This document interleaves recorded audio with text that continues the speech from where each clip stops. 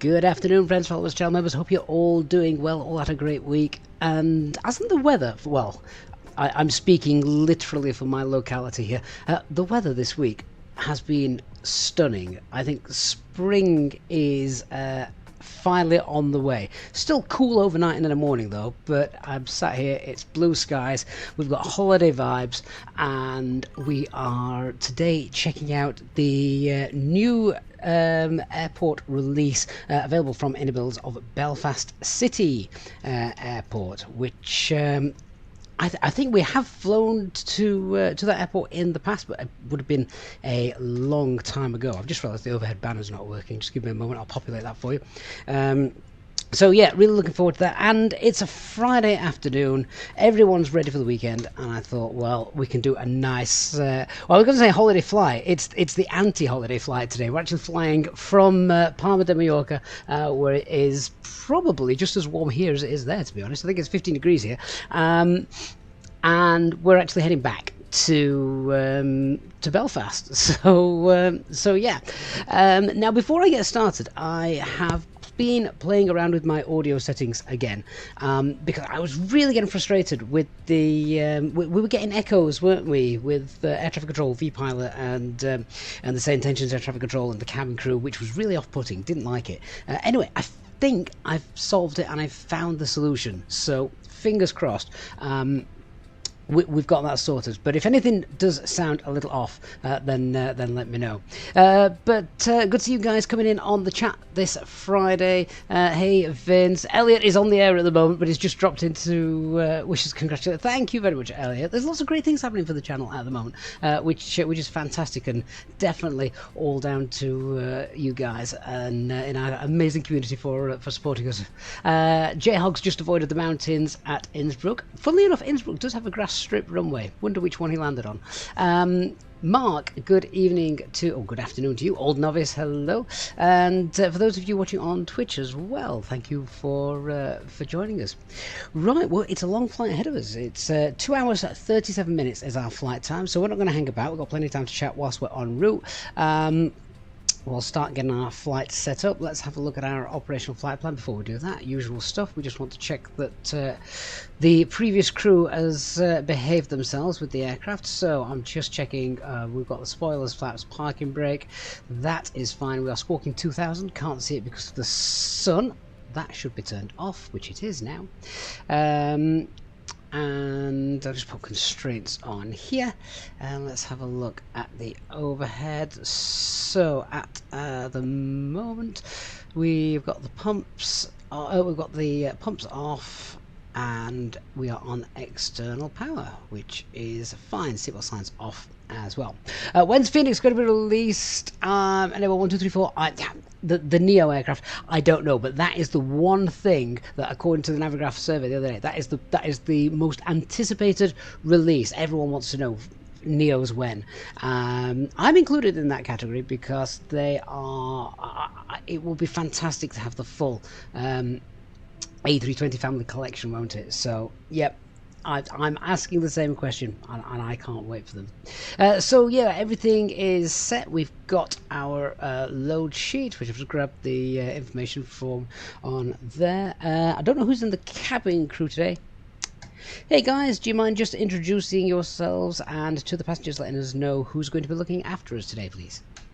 So I don't know who the lead purser is, or who's working for us, or if they're on board. Hi there everyone. I'm Mary Smith, your lead flight attendant today. We've got a right bunch looking after you, eh? There's Dave, he's from Manchester, and then there's Sarah and Tom, both from London. We're all here to make sure you have a memorable flight, I guess. Just buckle up and try to enjoy the ride, even if it's a bit rough, eh? Well, thank you for that. All right, let's have a look at the operational flight plan. So, we are not full. That's fine. Takeoff weight is above max landing weight. Alternate is going to be the other Belfast airport. We are Alpine 84 Papa November, cost index 8. No tailwind. Well, not really any winds to speak of, so that's all right. shear rate is almost non-existent. Off 24 right, that's good. That's the short taxi for us today. So off on 24 right, and then we get in on runway 4, which I think is an ILS on runway 4. I'm pretty certain that is. And plug fuel is 6.7, CNR is 1.6. That seems really low, doesn't it? But when you think about the actual alternate fuel that we're going to need, I'd probably throw a little bit extra on that, even though we've got a very short distance to travel between Belfast City and Aldergrove. Chances are that you might burn a little bit more than that in the go-round and such. So anyway, and let's have a look at Belfast City's information at the moment. Weather 030, so yeah, no clouds detected, and that all looks fine. The forecast too looks okay, and to be honest, all of the airports around the UK are pretty wide open. It's all cav okay, no clouds detected, so happy days if you are in the UK. Although, who's just said it's quite cold? Someone said it's quite cold. Oh, Mark said it's quite cold on the coast, freezing in the wind, but better today. Yes, yeah. So that's the thing. The wind has been causing the issues. Right, just have a quick look at the Mora. We've got a bit of terrain. About half an hour into our flight, looking at that. So just bring that into our mindset. Other than that, all of that looks fine. No times, I ain't going to read those. Well, I am going to read those, but I'm going to use the briefing app that we've got. Makes it much more efficient. So yeah, there's confirmation all the weather is fine. Don't need to worry about that. This is pretty much a standard flight. Nothing can go wrong. Famous last words, apart from Microsoft Flight Simulator, of course. Okay, that's the flight route. Any weather? We are skirting this ledge, although I think actually by that point we're going to be well above it, cruising at 38,000 feet. Nothing to worry about at high level. So this really is looking like it's going to shape up to be a nice flight and good views as well. So I think then from maybe a little bit of a safety point of view, just in case we did need to divert. There's no reason we'll need to divert, but always ask yourself that question: what if? So I'm going to just round that up. Let's take 8 tons of fuel. I mean, we don't want to spend too much on extra fuel, just because, well, there's not that much of it about, if you believe what you read in the media. So 8 tons of fuel. We will start and get that loaded, and then from there we'll start setting up our flight, and we'll grab the 80s as well. I think we've got air traffic control around as well, so that'd be good. So I'm just telling the ground crew I want 8 tons, and GSX will then hopefully load that in for us. We've got 110 passengers today. I should have said, actually, I can't remember if I've written this wrong in the video description. We're on the A319 today. I'm doing it on the baby bus. It's a real world flight route, and they do use this aircraft. But yeah, we're on the A319 today, so if that's wrong in the description, my apologies. So are GSX going to come and sort us out? I believe they are. I'm just having a look at the stream settings. Oh yeah, right, okay, I'm just going to change that. Right, we're in the A319. Let's update that, so that should now be accurate. Cool, okay. Right, so with passenger boarding underway, well, refueling and etc. and all that's underway. Hey guys, we can start the boarding process now. If you're ready, then we'll get going as soon as possible. Captain McGee, good evening to you, sir. Happy Friday. Copy, Captain. We'll start the boarding process now. Alright. Alright, folks. Welcome aboard this low-cost flight. I'm Mary Smith, your lead flight attendant. We've got a right crew today. There's Dave, Sarah, and Tom. We're all from England, and, just a heads up, it's a bit dirty on this plane, eh? So buckle up and try to enjoy the ride if you can. She's getting fired in the morning.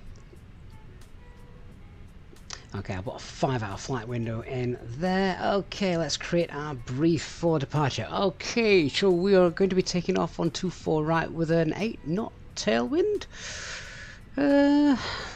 we got ATIS? I want to check. I'm pretty certain they're not using the 2.4s, but according to VATSIM, they were, and we have to do what VATSIM says. So, let's see if ATIS is knocking about. 12178. Let's have a listen. 121.78.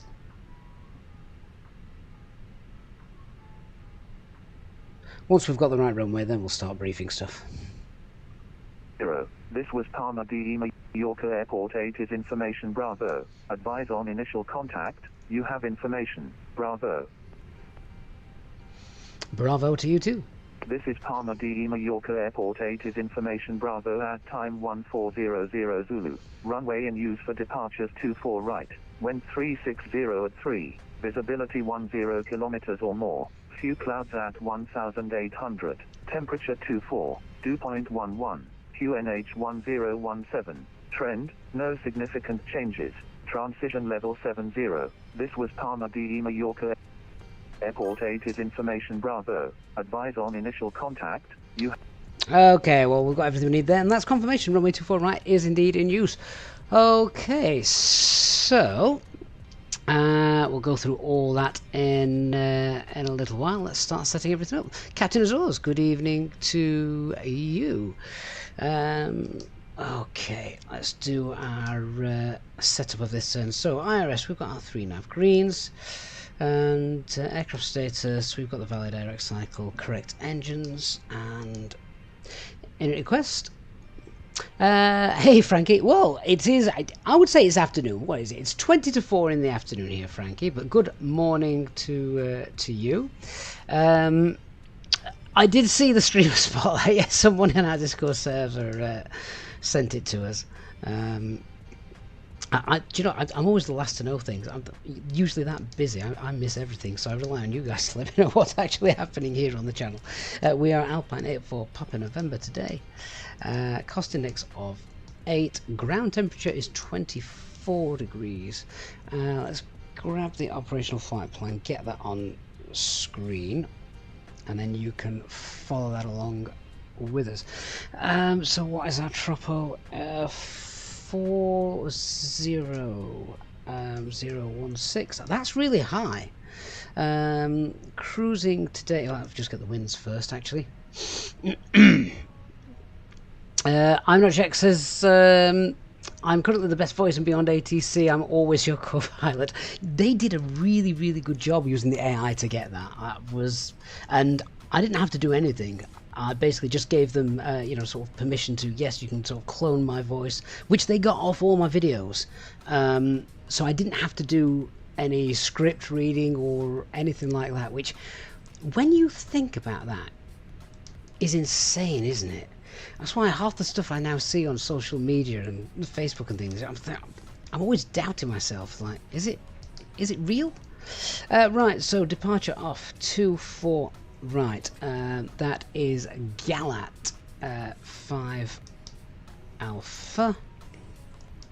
And then I don't think there are any SIDS in Belfast City, but we're ILS 04. Yeah, there's no not SIDS, sorry, stars. There's no stars. I'm going to pop in no VIA for that. We'll check that en route, and that gives us a distance on the plan is 1,061 miles, 1,059 miles in the box. So they're fine. Yeah, Frankie, it's very, very scary, isn't it?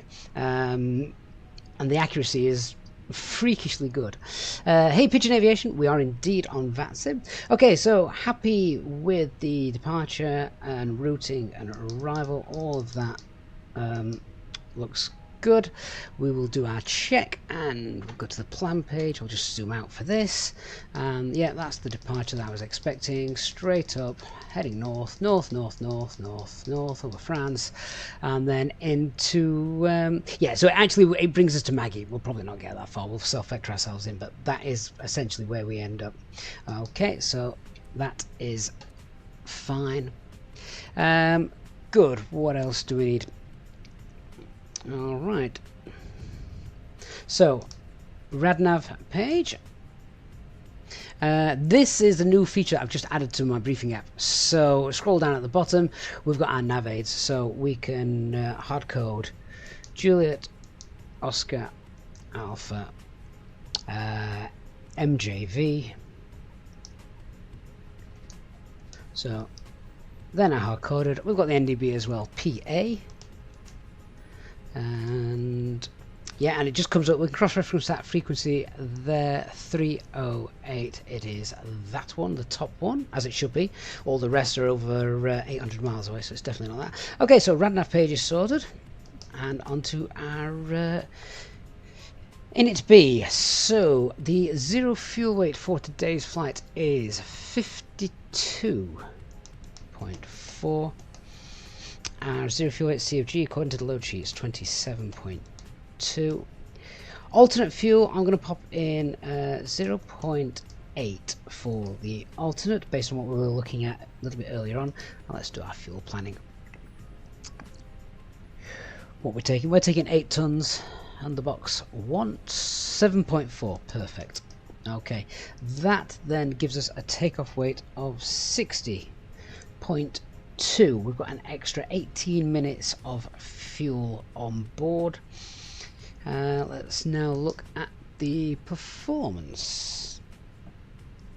So 24 right, it is absolutely dry. Config 1 for takeoff, no need to force target, anti-ice definitely not required. Packs will be off.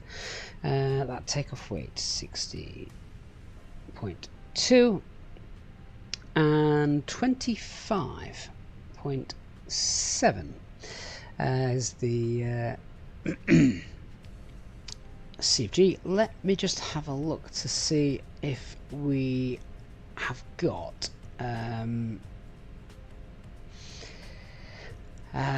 we could take November 1 if that's available. Yes, it is, so we can go via November 1. It's just a slightly shorter taxi then.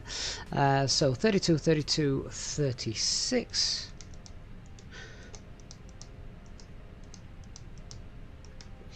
Okay, transition altitude is 7,000. No, it isn't. It is 6,000. Transition altitude is 6,000 feet. Flaps 1. Our flex is 68. No surprise there. It's a nice long runway. Thrust reduction and acceleration and engine out. So it is noise abatement 2 here. Thrust reduction, that seems high. Set it to 800 as per Easyjet SOPs. So that will then reduce this to 1308. Yeah, 1308. 1308.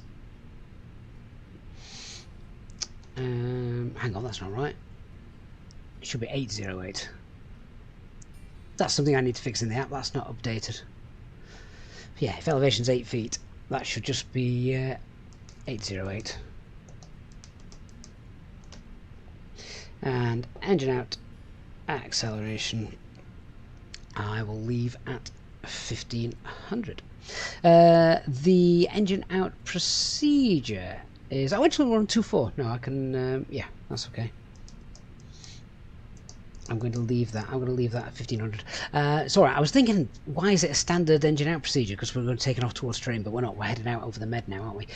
So standard 1600 feet, left turn to the Mike Juliet Victor VOR. Okay. So then we'll go to our secondary flight plan. Copy the active. Let's get in Mike Juliet Victor. And we'll pop that in there. Enter the hold. 052 right turns. And then back here to Palma. That'll be on 2.4 left.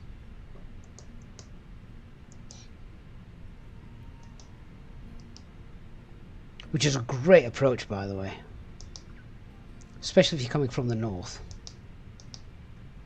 2.4 left, Zulu, no star, Mike Juliet Victor. Okay, just check what that looks like.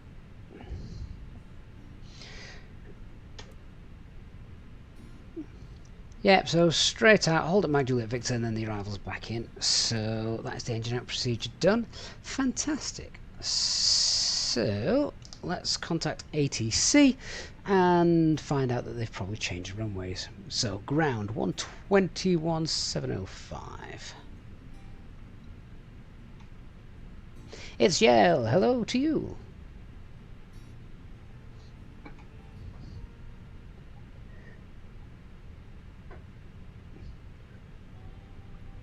Alpha departure, runway 24 right, initial climb 6,000 feet and squawk 6211.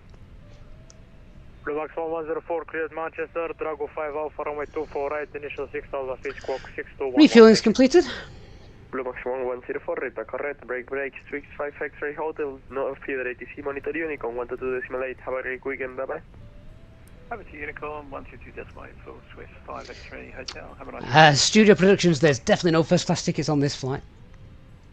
Palma ground, good evening Alpine 84 Papa November, stand 6 A319 with information Bravo, request clearance to Belfast City. Alpine 84 Papa November, current information is Charlie, but clear to destination as filed via the Galat 5 Alpha departure, runway 24 right, initial climb 6,000 feet and squawk 6206. Cleared by the Galat 5 Alpha departure, initial climb 6,000 and squawk 6206. We will copy information, Charlie. Alpine 84 Papa November, read back correct. Okay, initial climb 6,000 feet has been set. Great, so I think it's time to time to brief. Done. Yeah, everything's fine. Okay, before we start the brief, I'll just get that APU started so it's pretty much up, ready, and good to go. Seatbelt signs are on, refueling's done. Lovely. Right, let me just get the charts up. That makes briefing much easier. We can all see what it is we are going to do.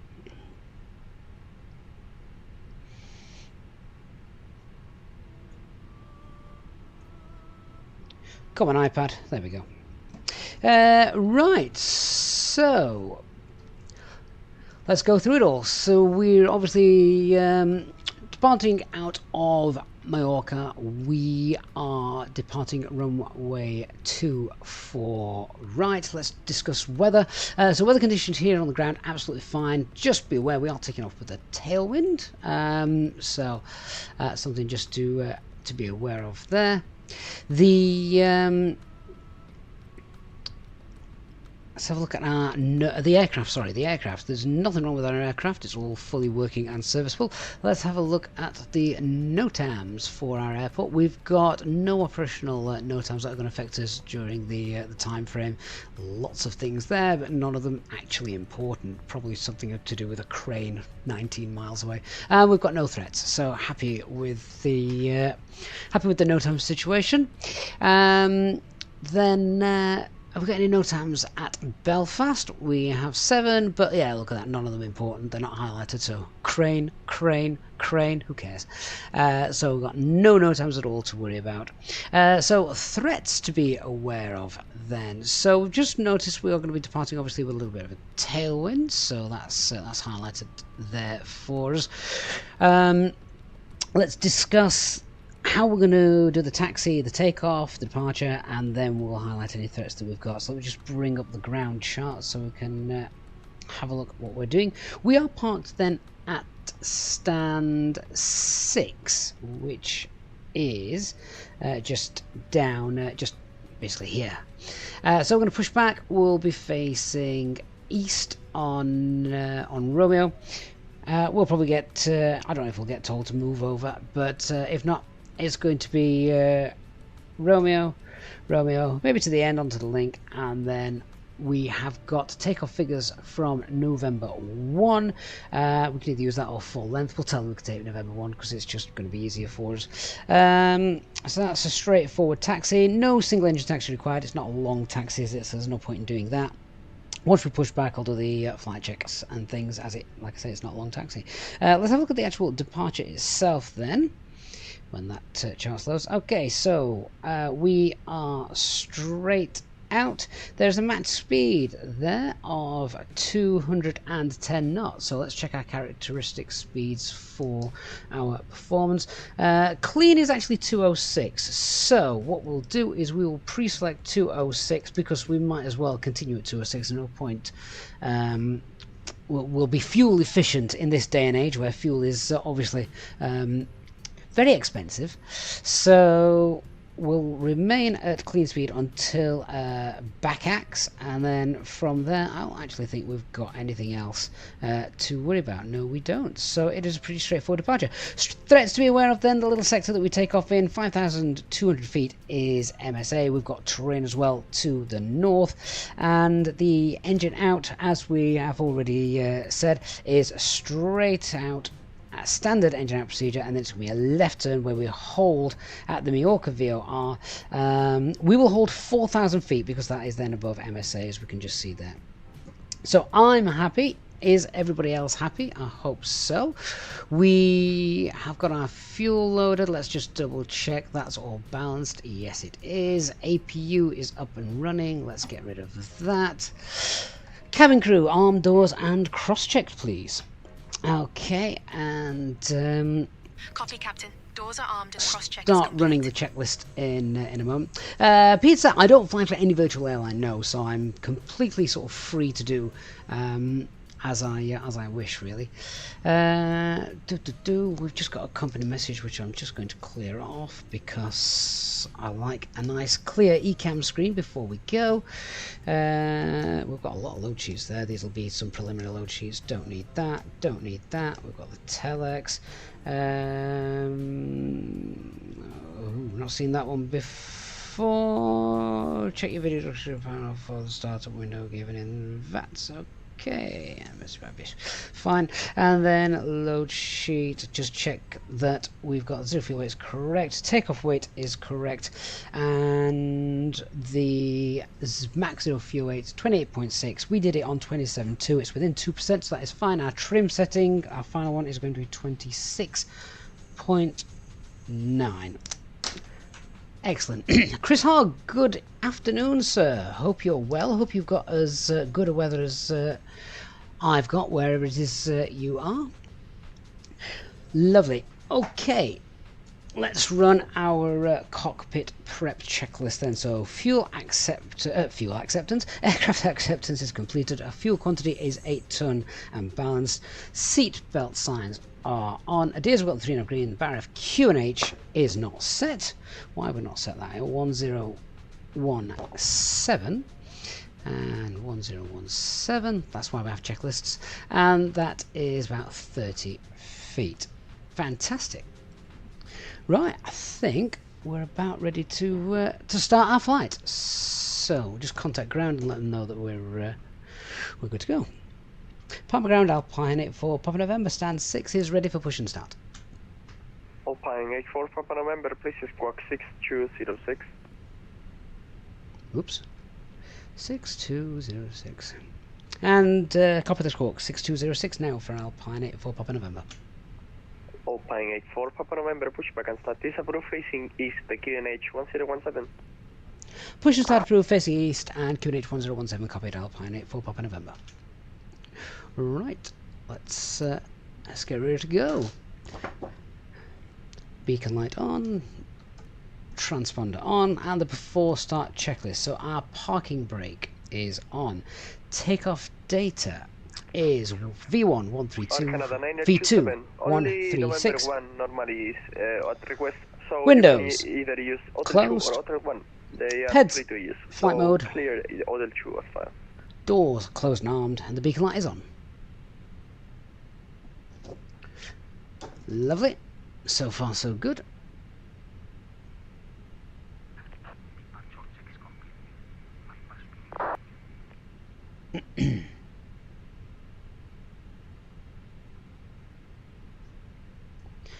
Just wait for GSX to sort the pushback out.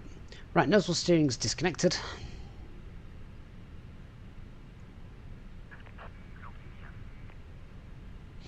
At some point on this flight, I'm going to need some cabin crew to bring me a drink.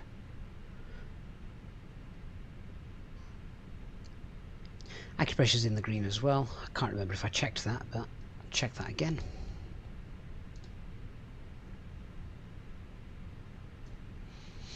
Studio, is it possible to land at an alternate airport and refuel in career mode? I actually do not know. I don't play in career mode. I never have. I've never touched it. So I'm afraid I cannot say at all.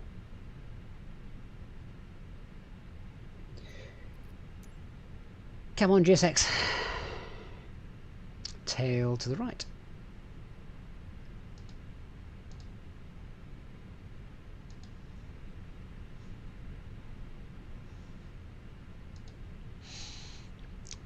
Spanish ground crew taking their time.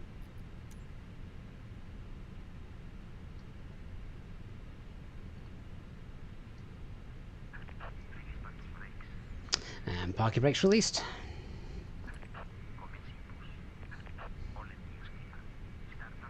Palma ground, good afternoon, Condor. Okay, we're clear to start engines. So, engine mode selected to 1. APU bleed on. And starting engine 1. Foxtrot Charlie, hello, good afternoon. Clear to Munchen S5 via the Meadows 5 Alpha departure, runway 24 right. Initial climb 5,000 feet and squawk 1,000. Condor 3 Foxtrot Charlie, cleared München, Meadows 5 Alpha departure, climb 5,000 feet and squawk 1,000, runway 24 right. Still waiting for Charlie, a good payware, aren't we, for this airport?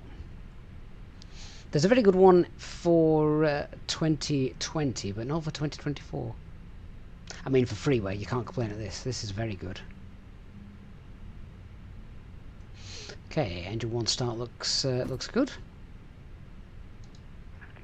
Ground, Nostrum 36 November, request push and start. Parking brakes on. Nostrum 36 Tango November, pushback and start is proof facing to the east and place squawk 1,000. The QNH 1017. Pushing start approved, facing east, squawk 1,000, QNH 1017, Nostrum 36 Tango November. Okay, got engine start on 1, starting engine 2.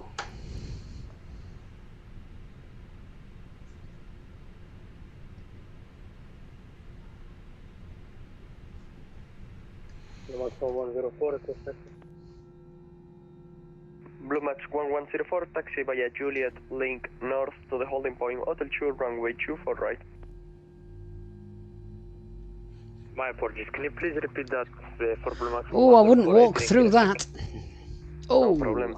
Blue Max 1104, taxi via Juliet, link and But that's warm. to the holding point, Hotel 2, runway 24 right. Taxi holding point, Hotel 2, runway 24 right via Juliet, Lincoln North, Blue Max 1104, thank you. Okay, pins removed. Chris, I do have the OFP. One moment, sir, and I will happily give that to you. There it is. Okay, good start on the left, good start on the right. I think the ground crew has cleared us as well, so engine mode selection now go back to normal. That can come off, anti-ice not required, that can come off, so we want to spoilers, rudder, Palma control 119 flaps 1, have a good weekend, bye bye. and set our trim.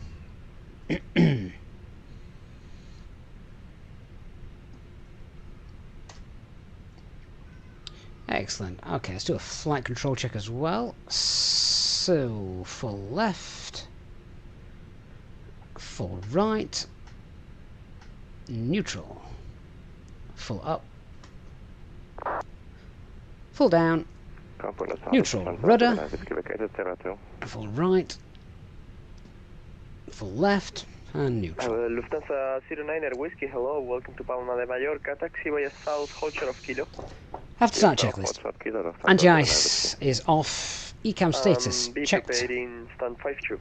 Pitch trim is 26.9 and rudder is neutral. Okay.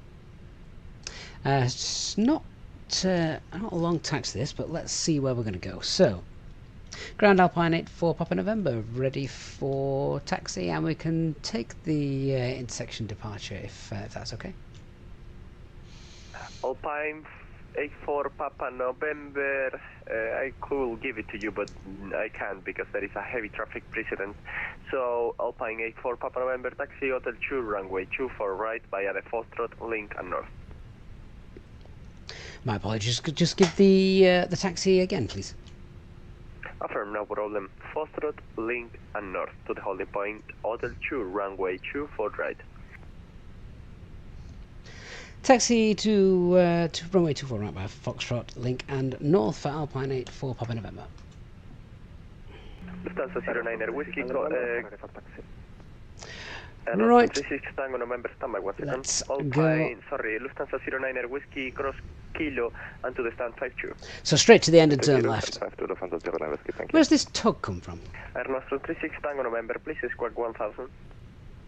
Seriously, where's the tug come from? Go away. I'm going to flash my lights at you. I check if it's on because it's still showing me that you are not on 1000. Okay, let me change it in the V-Ballot. No problem. Blue Max 1104, contact Palma Control 119er155. Bye bye. Don't play chicken with a 60-ton jet. Max 1104, bye bye.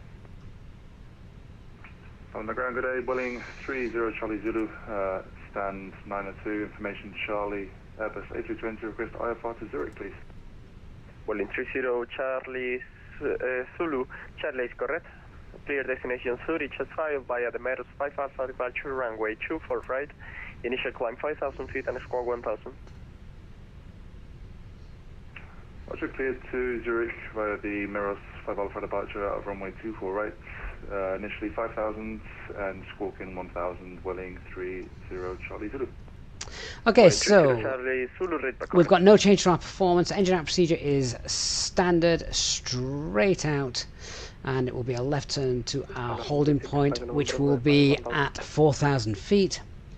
Departure is straight out, first turn to the right, and our initial climb 6,000. Thank you very much. Taxi via Juliet, Link, North, holding point, Hotel 2, runway 24 right, Air Nostrum 36 Tango November.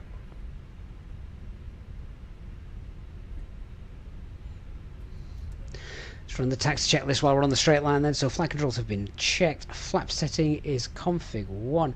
FMA, we've got 132 blue, 136 magenta, climb nav blue, 1FD2, 6,000 blue. Radar and predictive wind shear are on. Engine mode selector is normal. ECAM memo, I'm waiting for the ground crew. EFB is stowed.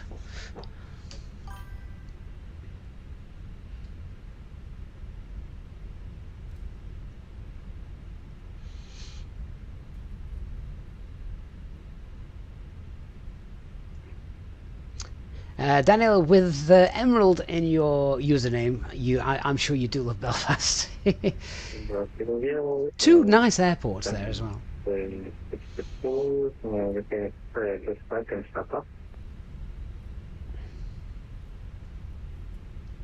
Windrows 320, pushback and started is approved facing south, QNH 1017. Hey, Doc. How are you?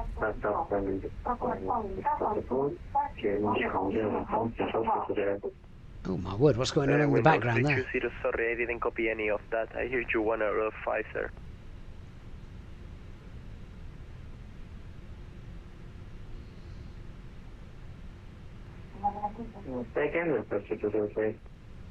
Windrows 320, I don't hear you anything. I heard you 1 out of 5. I hear it only noise, only noise.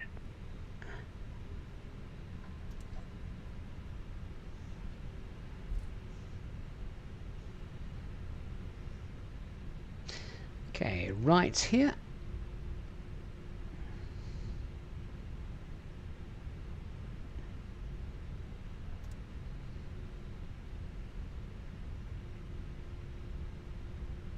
Alpine 84 Papa November, contact Palma Control 119er 155, bye-bye. 119-155 Alpine 84 Papa November.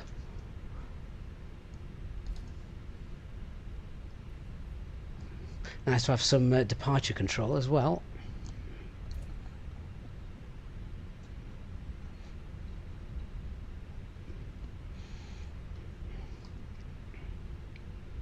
Palma Control, good evening. Alpine 84 Papa November. With you on North, and we can depart via November 1. Alpine 84 Papa November, hello Palma. Actually continue to Hotel 2 due to the present traffic is a heavy traffic, and if you take November 1 you should have to wait 2 more minutes. No problem, continue hold Hotel 2, Alpine 84 Papa November. Thank you, and Alpine 84 Papa November via Hotel 2, line up and wait runway 24 right. Via Hotel 2, line up, wait runway 24 right, Alpine 84 Papa November.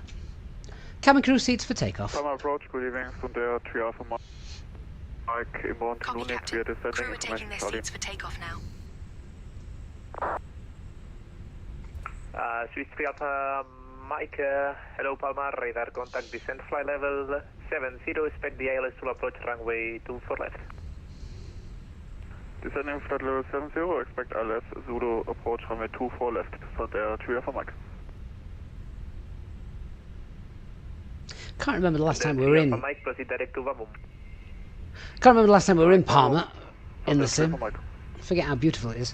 Alpine 84 Papa November, wind 070 degrees, 7 knots, runway 24 right, clear for takeoff. Clear takeoff runway 24 right, Alpine 84 Papa November. Excellent. Okay, let's get her ready. Palma, muy buenas, Balear 1 con usted. Balear 1, Palma, muy buenas. Un momento. Balear 1 está en contacto. Okay, lineup checklist. 4000 pies según Cabin Palma, pista en uso, is la secured. 4 y el QNH 1017. Takeoff runway 24 right, full length. 1017. Estamos TCAS, descendiendo a TARA. 2000 pies para proceder directos a Pax November 12 Whiskey al hospital de Son Espaces. Balear 1 copiado, pues no tiene tráfico notificado, mantenga 2000 pies, aunque entraría en espacio, bueno, estaría bien. Let's Mantenga go. 2000 pies, le aviso si tiene tráfico. Takeoff. Mantendremos 2000 pies, Balear 1, gracias. 500 feet. Okay. Takeoff thrust set.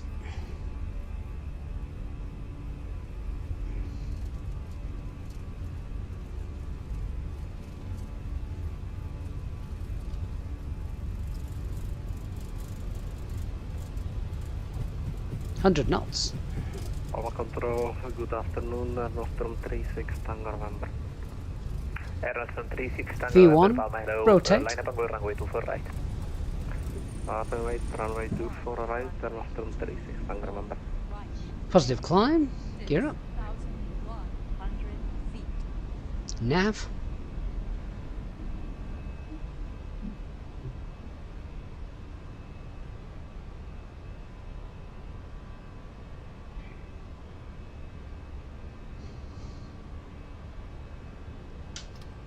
Thrust climb. Climb.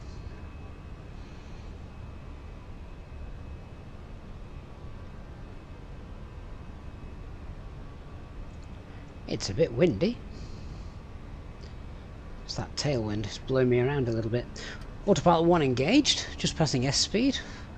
With the tailwind, I'm just going to wait for it to climb a little bit before we Alpine clean 84 up. Papa November, radar contact, climb flight level 240.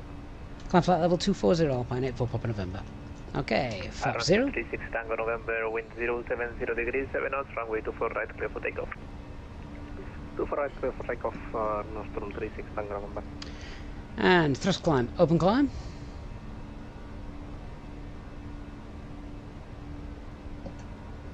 Standard pressure, 240 blue.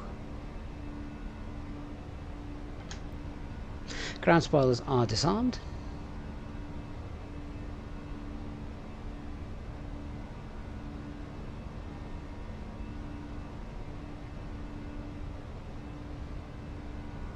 Once we get past that first waypoint, then we can push for managed speed and clean up a little bit. So I'll start accelerating away. Let's give the passengers some oxygen. Blue Max 1104, released by Palma, high get on the advisory, 128 out.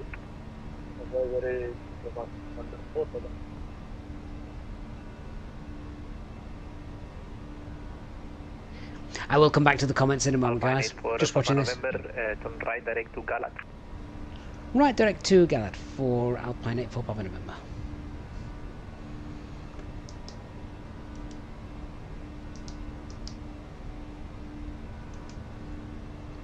So, as we've just been given that direct, this no longer matters anymore, so push for managed speed.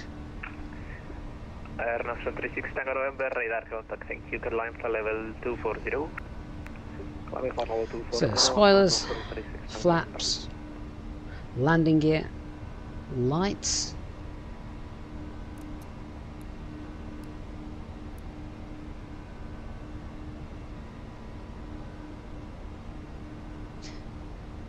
We just give it a few more 1,000 feet before we turn the seatbelt signs off.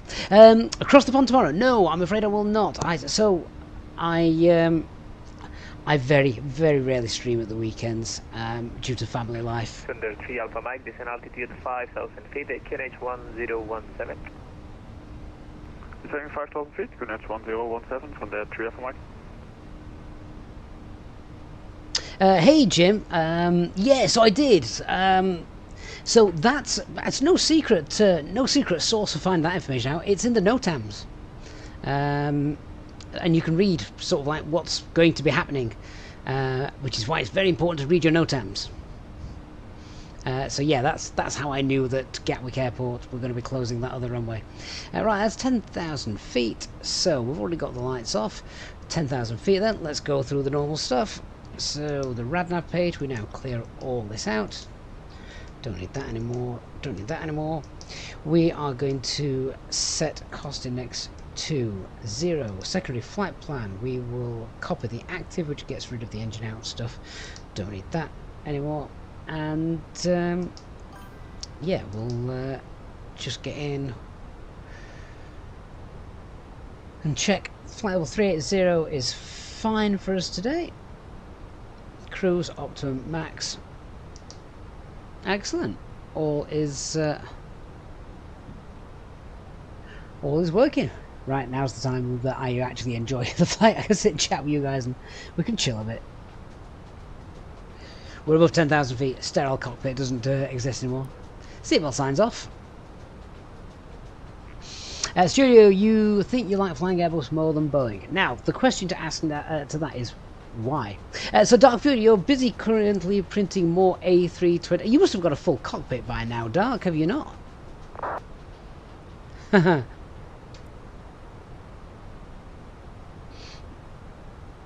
Can't be much left to print. Air National 36 Tango November, proceed direct to Drago. Proceed direct to Drago, lost of 36 Tango November, thank you. Jim Gator, so with regards to Beyond ATC or SayIntentions, I prefer SayIntentions, but the reason for that is because it's not on rails. I don't dislike Beyond ATC. I think what Beyond ATC does is amazing. Their traffic injection and everything is very good. SayIntentions actually is now catching up to that and is also very good. But I like the fact that, so I'm flying on VATSIM at the moment. When we move out of radar coverage on VATSIM, SayIntentions is going to take over for me, and so we'll have SayIntentions air traffic control en route, so to speak. Have I got a co-pilot flying with me today? I might have got a co-pilot flying with me today as well. I might have a chat with him. That's the other thing. It's just, there's just SayIntentions is not an air traffic control. Well, it is, but it is not just an air traffic control program.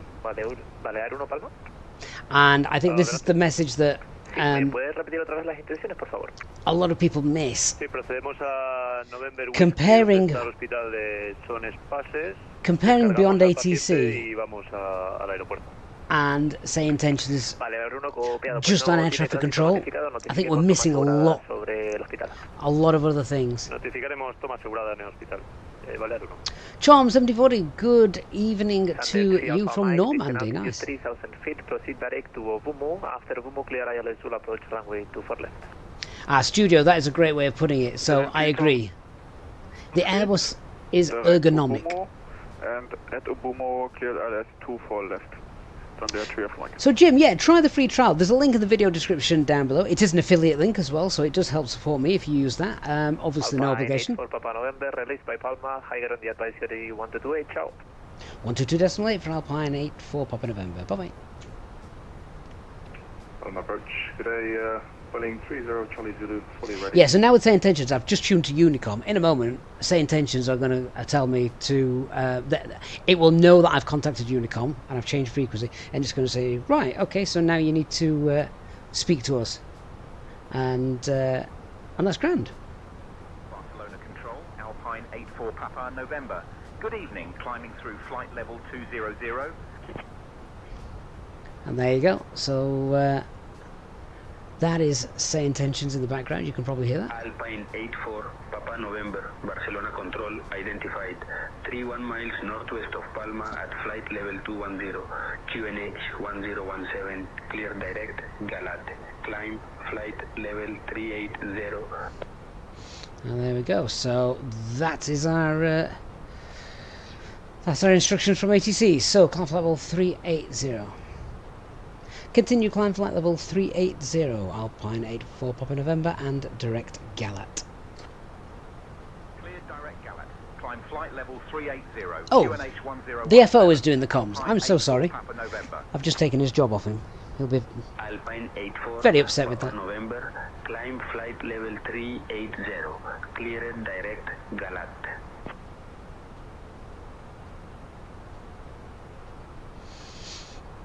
Jim, yeah, that's true. They should switch names, as SayIntentions is beyond air traffic control.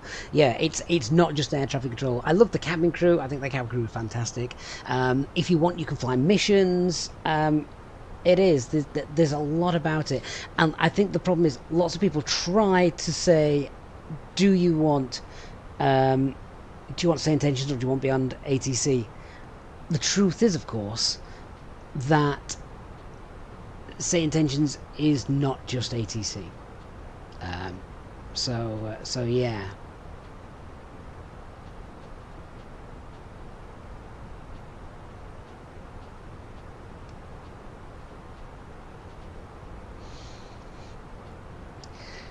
Okay, well, we've been cleared up to cruise and altitude. That's fine. We'll get up to cruise and then let's just get airports on here. Get up to cruise and then we'll have a look at doing some checks, and we'll do some what-if planning in case things go wrong. Regis99 says he tried the free trial of SayIntentions and immediately got the full version. Do not regret it one bit. And that's the other thing. So if you fly on VATSIM all the time, so you don't want to be paying the subscription, which is why would you? But you still want things like the ground crew. You want the cabin crew. Then you just get the Entourage, don't you? The Entourage gives you all of that. All of those other bells and whistles.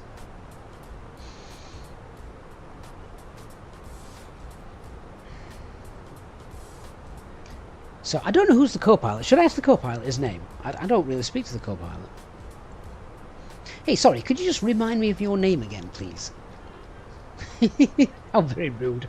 I should have seen it on the roster. It's Nigel Nosewheel Throttleton at your service. What a name. Thank you, Nigel. Anyway, mate, how are you today? Not clear what you said. Say again. Oh, it's because I released the com button while I was talking to him. Thanks for asking. How about you? Oh, I'm very well. Can't wait to get home and get some food. Glad to hear it. Home-cooked meals are always the best after a long flight. Oh, I didn't say it was going to be home-cooked. It'll be takeaway. See, you can't do this with anything else. Ah, takeaway it is then. Always a treat after a long flight. Do you know, as well, I found the response times of SayIntentions are drastically better now than what they were when it first came out. Do you remember? It came out and it took like 30 seconds to answer, which just wasn't realistic. And now, as technology's improved and things, it's much faster. How's he know? if that was his name, I don't think I'd read that out. Emerald, I do sometimes fly with Jet too as well. So a lot of people ask why Easyjet. I have no affiliation to Easyjet. I don't love one airline over any other. But it is more the fact that I I'm familiar with the standard operating procedures for Easyjet, so yeah, that's why. Ah, Doc, I'm just looking at that cockpit. That is looking grand. Is that? Very, very good. Are you not making the other half for your missus to sit in? She's going to be very upset. I'm now curious. I want to know if it was bank details you just scribbled out of that image that you painted black. But no, that's looking really good. Very, very good. I wouldn't even know where to start with something like that. That tray table looks incredibly realistic. It's not actually a working tray table, is it?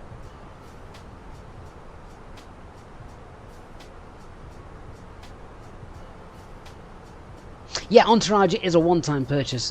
You were right there, Mifston.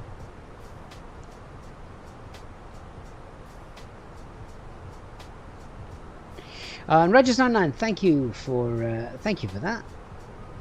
No, it was really nice to be asked to do it.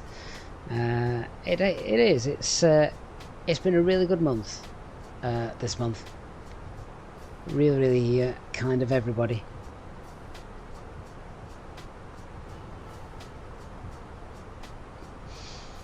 Lands says, imagine if I was familiar with Ryanair SOPs. No. I'm too lazy to fly Boeing. Wahoo, hello mate. Good to see you.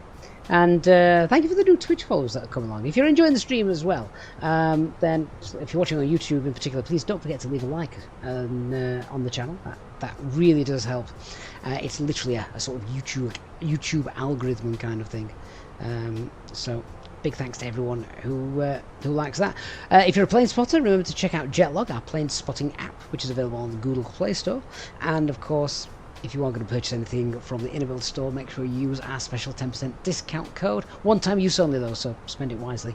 And of course, we've got IniBuilds, our channel partner. Affiliate link in the video description down below as well. Using that link does help support the channel, so a massive thanks to those of you that do that. Including the studio that we are going to be flying to today. I think it's FlyX Studio.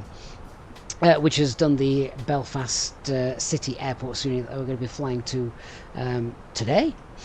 So where are we? We are about 4,000 feet off our top of cruise. We'll do our checks then. We're going to be heading over France. Oh, wait, no, we're not going to be over Spain to begin with. Then we are. Our flight route does take us over France today. Yeah, just love doing a stream in the daytime is just lovely. Most of my streams and the times I can stream, because I always do it on real time, they're always at night. Oh, Jim, you've got Jetlog and you use it at Gatwick, working there. Oh, fantastic! You must have completed Easyjet by now, then, have you? I love seeing just like strange things that are different. I love that. Something you wouldn't normally see. Tony here, Sim Update 5 has been delayed. Wouldn't surprise me. But at the moment, I've got a full working sim, so the last thing I want to do is for them to update it and break stuff. I'm quite happy with the delays. It's the only time I'm happy with delays. When they delay things that would potentially break stuff otherwise.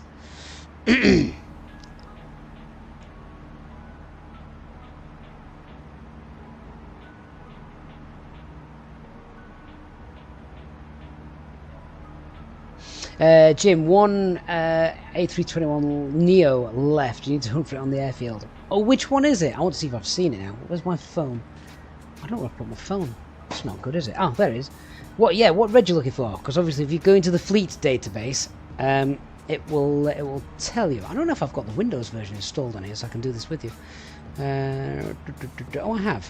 Well, mind you, this might be an old version. I don't know if this will run. Let me check it out.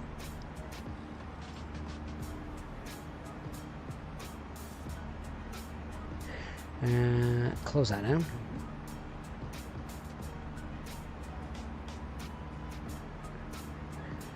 Now I don't think Jetlog on my PC wants to run. That's a shame.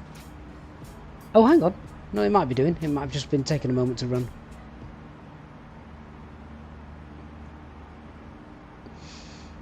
Yeah, because obviously then if you go to Fleets and search for Easyjet... Oh, I'm not doing that. Hang on.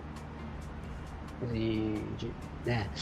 Search for Easyjet. You can then just search by... you can just have a look at the A321s, can't you? And they're very old 737s that they used to have. They don't have them anymore. Mike Hotel. I'm sure I've seen Mike Hotel.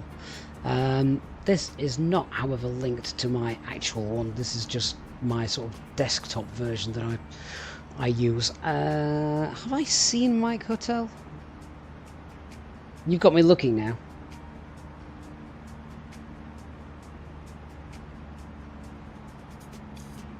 I think we've just reached top of cruise as well. I've just heard the engines roll back. Yes, I have seen it. I have seen it. Spotted that over Manchester somewhere.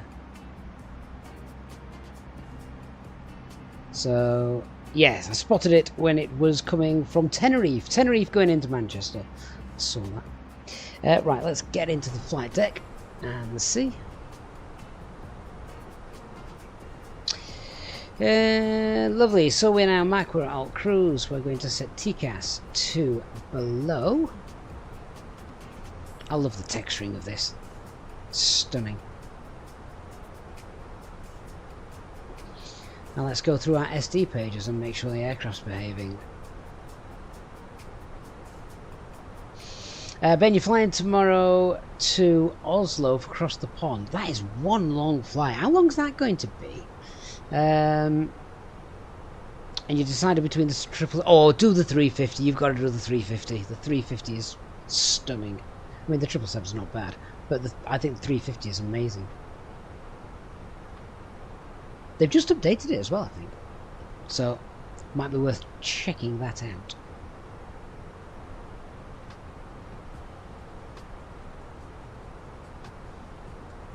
Oh, I'm just making sure everything's looking normal here, which it appears to be doing. Oh, 15, 14, yeah, that's 8 ton. We're not leaking fuel all over the med. That's a bit warm. We might just turn that down a tad. Jib, is the flight radar API thing going to affect Jet? No, absolutely not. No. So Jetlog does not use anything to do with Flight Radar 24. I'd probably get sued.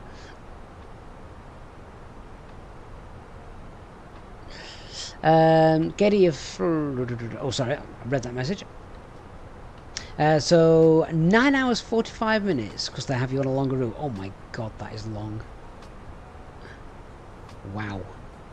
See, that's why I can't across the pond at a weekend. If I told my wife and kids, right, I'm just going to lock myself away for 12 hours, I'm really sorry.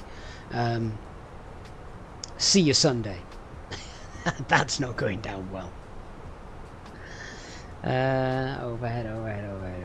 That's fine. Lovely. Okay. So, what we do now is we just want to have a look at some en route weathers. So, Dark, you're doing... I mean, that's a long journey as well, isn't it?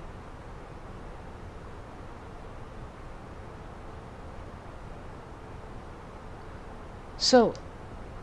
You must have a very understanding missus, Dart. Either that or she doesn't like you and she's just glad you're disappearing for the day.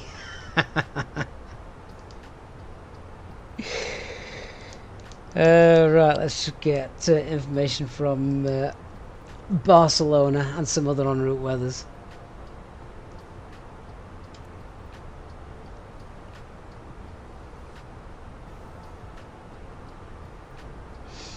Where else are we flying to and from?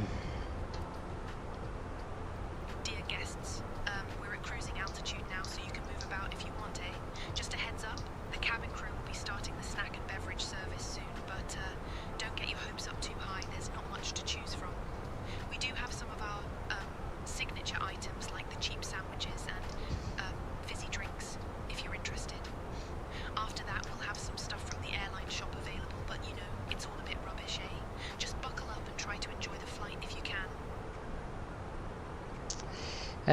So checking out Toulouse as we're passing over there.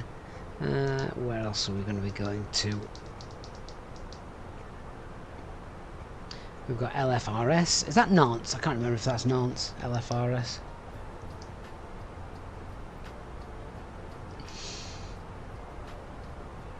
Your bank balance better be understanding, Dark. Do you even have one? The amount you spend on flight sim.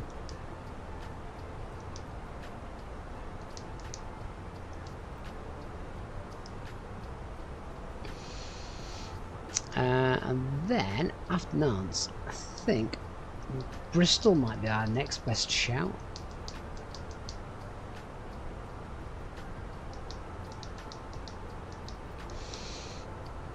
Although it's not the longest of runways, is it?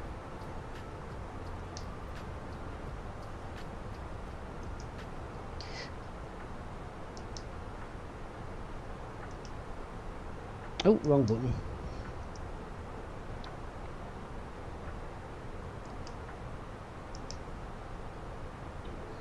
We'll check all those weather messages in a moment. Just thinking, yeah, we'll probably have a look at... we'll see what's happening in Gatwick. And then we know that we've got some places to dive into in case something bad happens. Which is something that can happen. You know, we could have a cabin emergency or something like that. That is...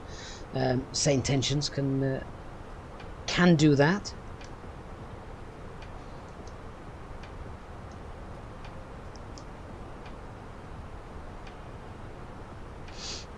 Dark, Amazon is now offering you a business account. Does that make things cheaper? Hey Oliver says, still at work, glad we're streaming whilst the workload is pretty low. Excellent. How many people are working from home right now? Or maybe not working from home, but working in inverted commas. So Barcelona is cab okay.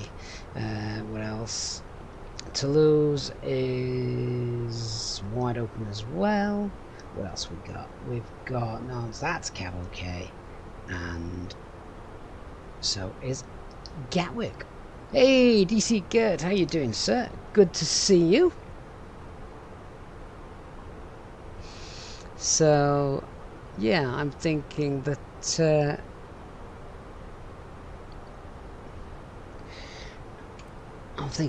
all is well there. Very little to worry about.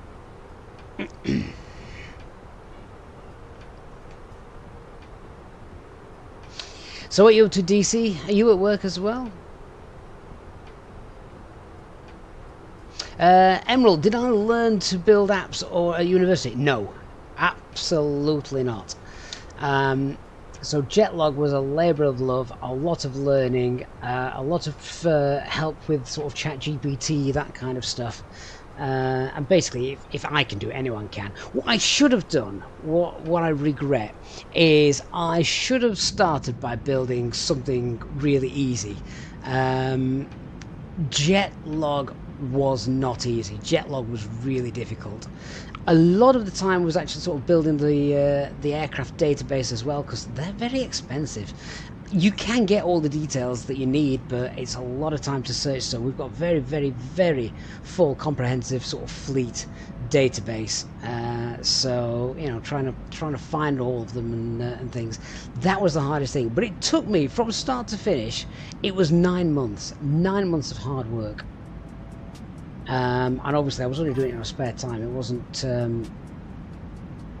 it wasn't done, you know, as a all day every day kind of thing.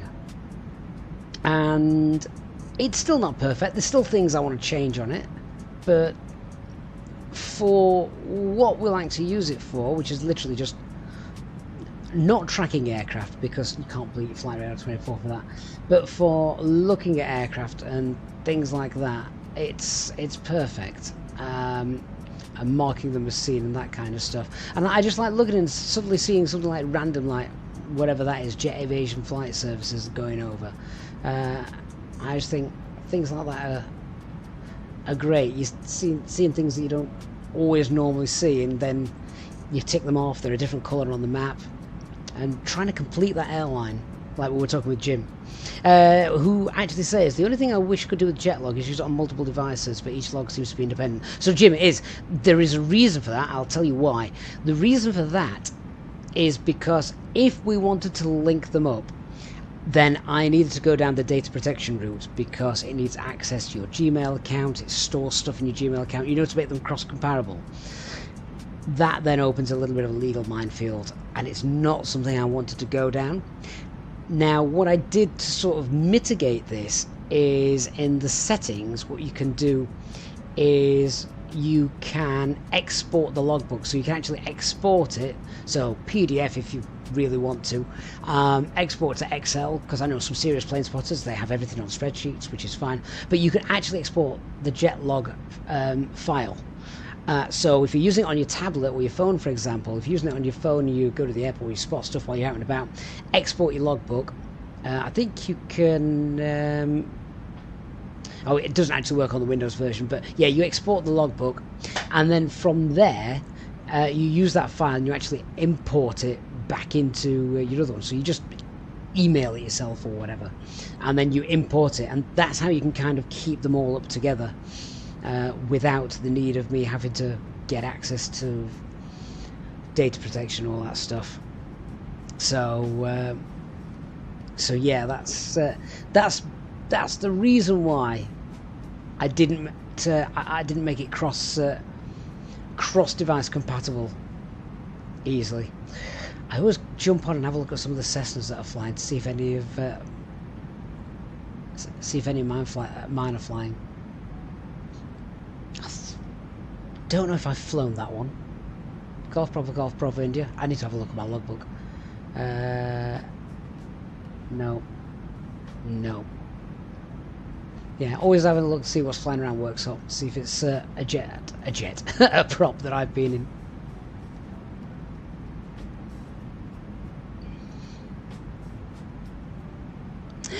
DC, you have got 10 days holiday. Very nice. Very nice indeed. Here in the UK, if you've got any holiday now, that is absolutely the best time for it, because this weather is gorgeous. Although last night I went out and cut the grass, because I suddenly realised late last night it's bin day, green bin day. So I went out, cut the grass last night, and all my hands today I've got like itchy red spots all over my, like, in areas on my fingers. And funnily enough, it happened to me a couple of weeks ago when I cut the grass. Really annoying. So, but I was wearing gloves at the time as well. I'm not allergic to anything in the gloves. Oh, I never have been before, but something's clearly getting me. That and the midge bites on my arms last night, they were doing my head in. So Chris, you're flying Gatwick to oh, go on, is that Sophia? I think that's a nice long flight. Lemon, did I code this myself? Yeah, I literally built this myself. Oh, what's that? Ah, the Mazda Care Cargo. Yeah, I literally built this from the ground up myself. So, starting with a database, we then added a live map. See, when I first started doing it, I wasn't actually going to use the live map. I wasn't going to have one, because that was just going to be a pain. All I wanted was a list of airlines, a list of their aircraft, and when I saw them on FR24, I was just going to tick them off. But then my lad said, well, that's rubbish. So I thought, right, okay, we will try and do something else. But you can actually, I don't know if anyone's tried this, anyone that's got Jellica has tried this, with the import feature. If you've got FR24 on your phone or tablet, if you screenshot it, so if you take screenshots of aircraft that you've seen on FR24 or whatever, you can actually then import the screenshots into the app, and it will read the registration, and it should then add them to your logbook. I've got 5 in my logbook in here. Hey there, Captain. Just thought I'd pop in and see if you fancy a drink or a snack, but we don't have much on offer, eh? Just let me know if you want anything. Oh, that's grand. Well, thank you for interrupting the ATC call. Bordeaux Control, control on 133.78. Alpine 84 Papa, November. Thankfully the FO heard it. Should I even bother asking if you've got any Yorkshire tea on board? 84 Papa, November. Good evening with you, flight level 380. Oh, sorry, Captain, but we don't have any Yorkshire tea on board. Of course. It's all a bit rubbish, eh? Just thought I'd pop in and see if you wanted anything else, but no tea here, unfortunately. I'm going to have to step out of the cabin and make my own tea. Oliver, you did Belfast to Palma 2 days ago, funnily enough. Really like the departure from Belfast. Yeah, it is nice. It is nice. I have seen the new Tri-GFX. Yeah, I love stuff like that. We had one, didn't we, for Flight Sim 2020? I don't know if we've got anything for the Fenix in 2024 yet. If we have, I need to get it because I've not got it. Any new developments on traffic injectors after April 30th? Not yet, I'm afraid. Emerald, I wish I was 21.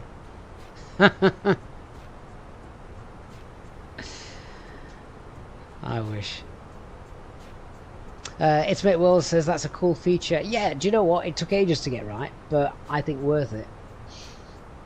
And I wanted something that worked alongside. I never wanted to create something that was going to rival FR24. That's just not doable. I wanted something that could work alongside FR24. I would never use this as a flight tracker because that is not what it is. For instance, if you click on an aircraft, you don't get the path or anything like that. You get what it is, and you get details and stuff like that, which is nice. But yeah, you can't use this really as a realistic flight tracker. Why is there no times on those? What's happened to that? Unless it's an old version, I didn't put the times on it.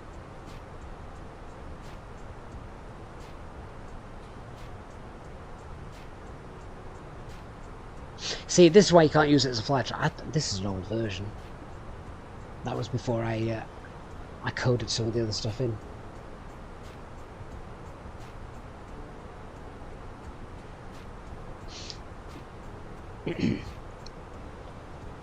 So I'm just checking this now against my my real one.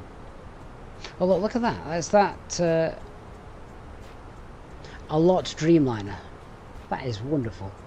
Except as I'm sat watching out my window now, I'm actually sort of facing this way. So anything that flies over here, I can see out my window. Anything that flies this side, I've got to get up and move, and I'm not doing that.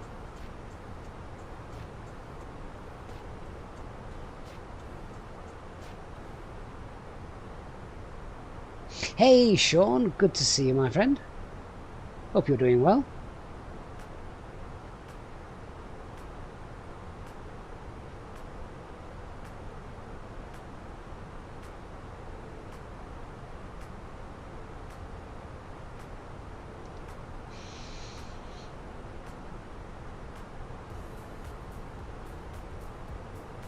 See, it's moving around a little bit. The winds don't appear. We looked at the winds, didn't we, on the ground? There's very little going on wind-wise.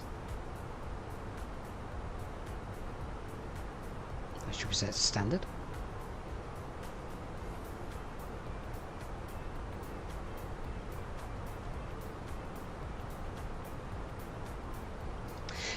Yeah, Jim, I heard something along the lines of stuff like that wasn't possible in 24, but I liked the wing vortices and stuff like that. You know, the condensation trails. I think they were really good. I mean, obviously, when you're actually flying, you don't see them. You see them in the replay, don't you? Andy, we definitely all wish we were 21 again. I know I do.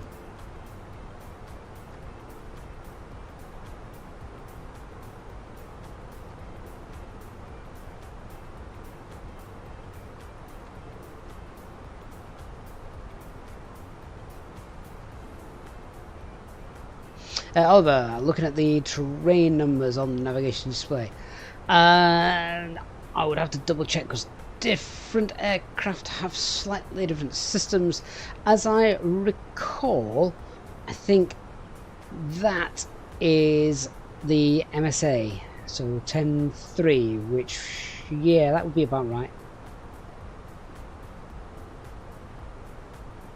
Do you know what? I'd have to get the documentation out and have a look at what the bottom one is, because I actually can't remember.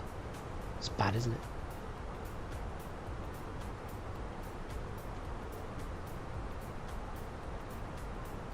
Yeah, so Emerald, I don't believe the LOTS Dreamliner is... Well, that wasn't going to London, was it? No, it's gone from Warsaw to Newark. Ah, see, anyone that uses Jetlog, there's a hidden feature. Did you know if you actually tapped on the tapped on the airports, it actually tells you in English. Ah, the P42 version, Andy. That's exactly what I was thinking of. That's what I had for 2020, isn't it? Yeah, I remember that. I couldn't remember who'd done it until you've just said that.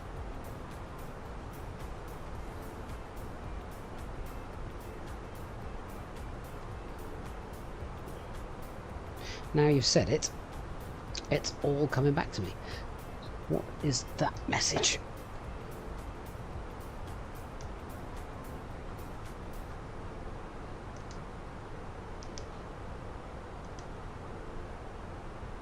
Eight minutes delayed. Right, well, let's have a quick chat with the co-pilot and find out what we're going to tell. Okay, so we have just had a message from operations. We were 8 minutes delayed. What should we put that down to? We'll let Nigel sort that. Let's note it as a delay due to operational reasons. They might want a bit more information than that. Could we just blame it on late passengers? We can note it as a delay due to late passengers, Captain. Yep, sounds like a good plan. Oliver, no, fair question. Fair question.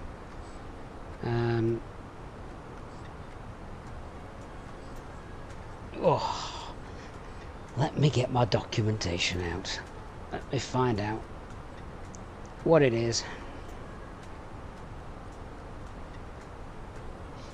Oh, Jim, you tried to type the lines of 42, but the chat didn't like it at the start of the set and removed it. Yeah, some bots are like funny like that, aren't they?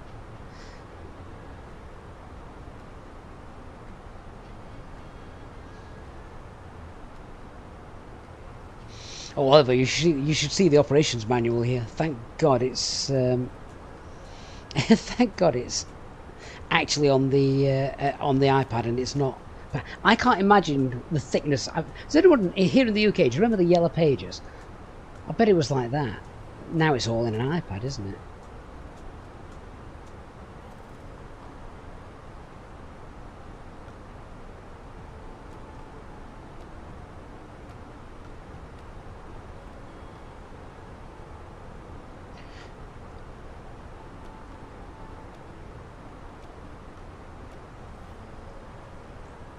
I'm just trying to find the relevant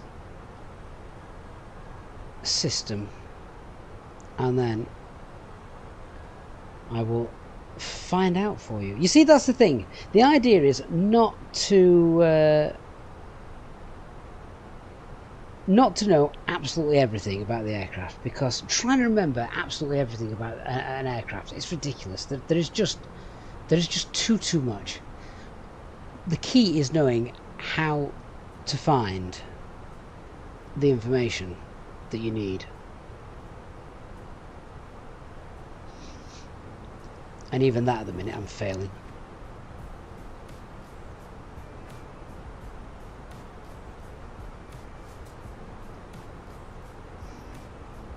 Because it's so blooming big.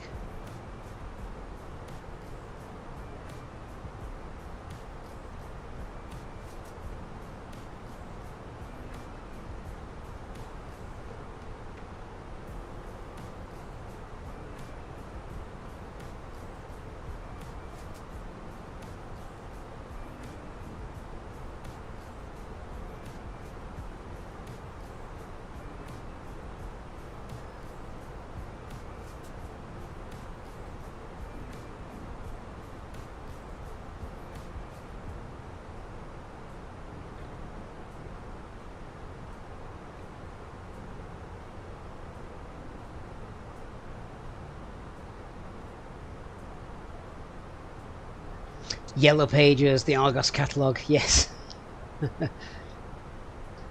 I remember the Argos catalogue, yeah. Going through it at birthday and Christmas time, thinking, what's the most expensive? Sean, almost at 60,000 subs, just feels like a couple of days ago we were celebrating 40. So that is true. My lad keeps saying, just wait till you got 100,000. Nah, that won't happen, kid. It's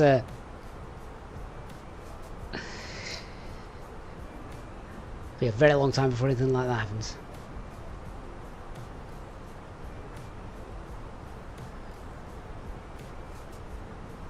Very nice.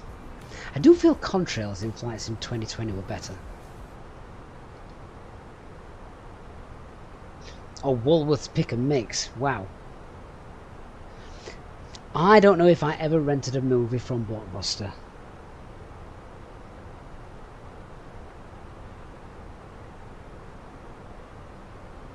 Don't think I ever did.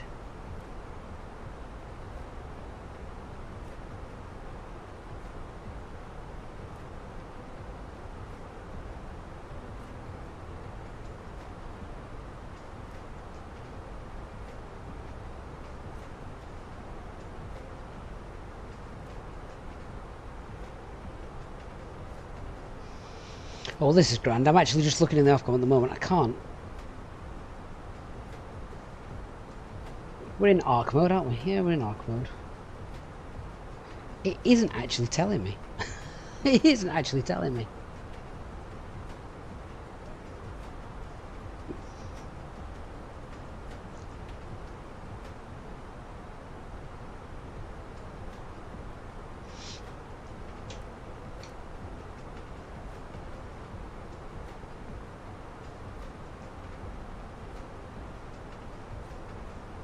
Some aircraft have the Mora installed. I'm not sure if this does.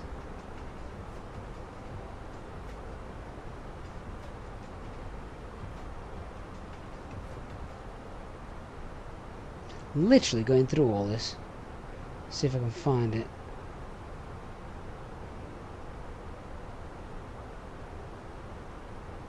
The problem is each airline has slightly different, very slightly different software.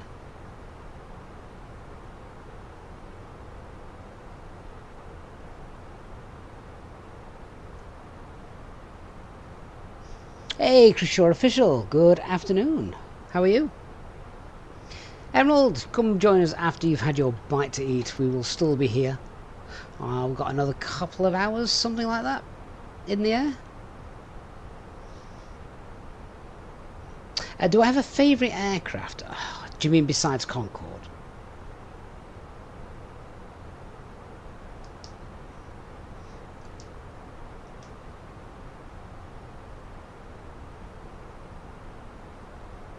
Concorde will always be my favourite aircraft.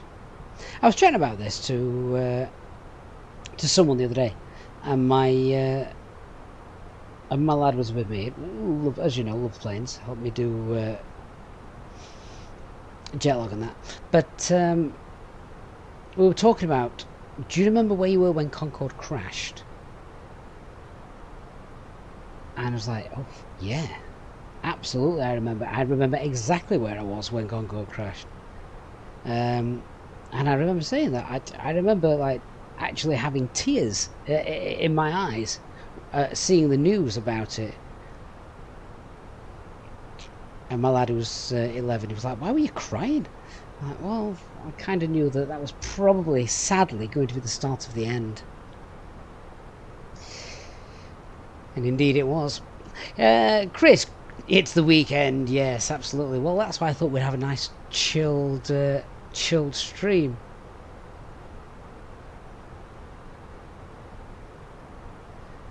And looking at the weather, we could not have picked better weather. And I know it's going to be exactly like this when we get to Belfast as well, because the UK is wonderful at the moment. Although, because we're having such glorious weather at the moment for this time of year, every night it obviously drops quite cold.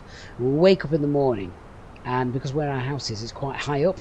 You fling the curtains back in the morning, you look out, and all you can see is mist and fog, and it looks murky and horrible. I couldn't actually see the bottom of our garden today.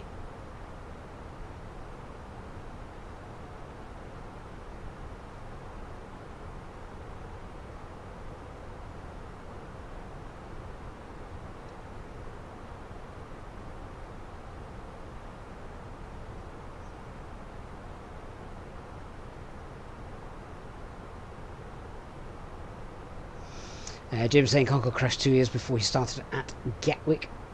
And yeah, it's one of those moments, isn't it? If you're interested in planes, and you're old enough, it's one of those moments. Can you remember where you are?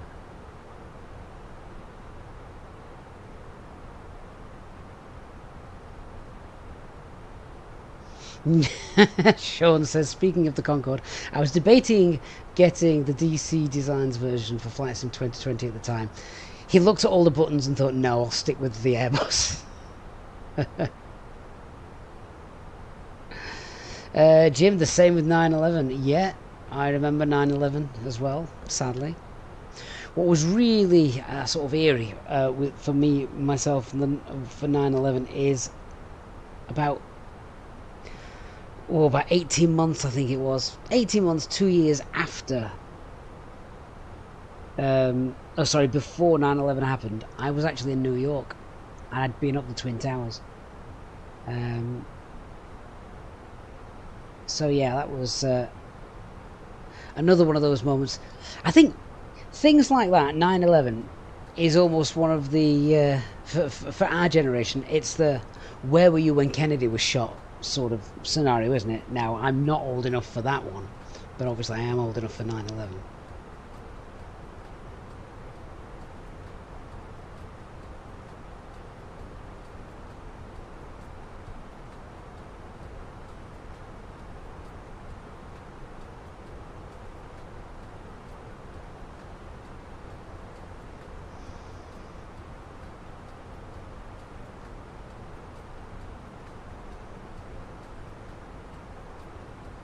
See, I don't know if Concorde was still losing money even before it crashed. That's the thing. And then obviously when it crashed, it was very, very expensive to keep it up and airworthy. Hey, Robert Duck.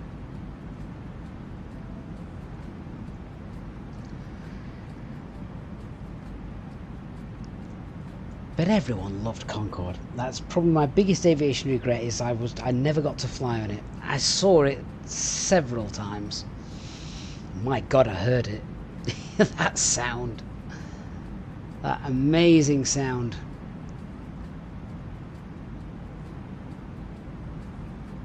I also remember being very tearful at watching them all coming back into land at Heathrow. That was beautifully coordinated by London ATC to get them all coming into Heathrow at the same time. I mean, that's going to have taken some planning.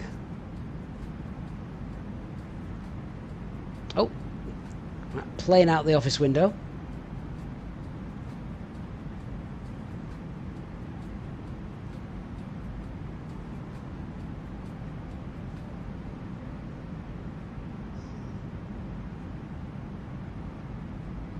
Special livery? Yeah, so if they glow yellow, by the way, they are special liveries. Oh, it is. It's the Jet 2... Jet 2. That would be really bad advertising, wouldn't it? It's the Easyjet Holidays. I think we have this in Microsoft Flight Simulator, don't we? We have this one. Sure we do. I think I've flown it.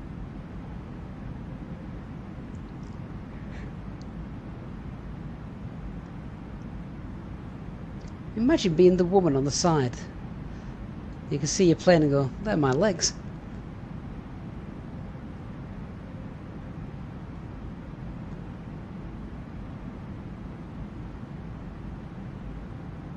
Chris says, my grandma did one of those Concorde trips for the day.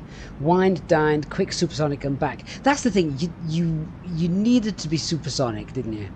There was no point flying Concorde if not. You just wanted to be able to go and get that photo, you know, by the speed readout near the front of the cabin that said, yeah, that said Mach 2. Bird says he used to go to college near Filton Airport where they would test the Concorde engines. The windows would shake and you couldn't hear the teacher. Bonus.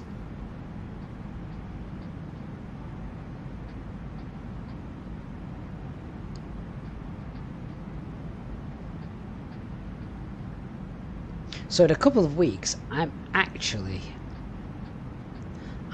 heading to Heathrow for the day. And doing so as a treat for my lad who, I get this right, so a couple of years ago we went to Amsterdam for the day because he wanted to, he's an even bigger plane spotter than I am. It's the reason we made Jetlog. And yeah, we went to Amsterdam today and he loved it. And he earned a treat for something. He earned a treat, and it was big enough, this treat, that we said, right, as long as we can do it in a day, then I will take you to another airport in Europe of your choice to go and plane spot again for the day. And he spent weeks and weeks thinking about it. He thought about Berlin, Munich, Frankfurt, I don't know what else was on his list. Oh, Charles de Gaulle, that was on his list as well. In the end, he's actually settled for Heathrow. So he wants to go to Heathrow for a day. So yeah, in a couple of weeks I'm headed down to Heathrow for a day of plane spotting. I just hope the weather's good.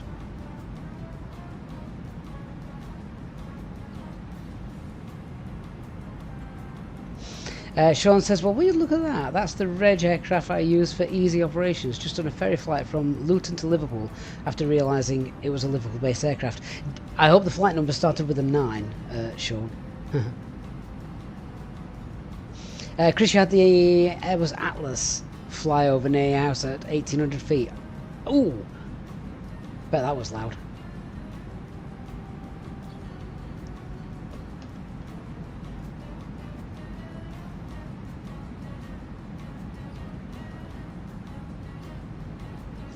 Just having a look to see if we've got any VATSIM stuff going on.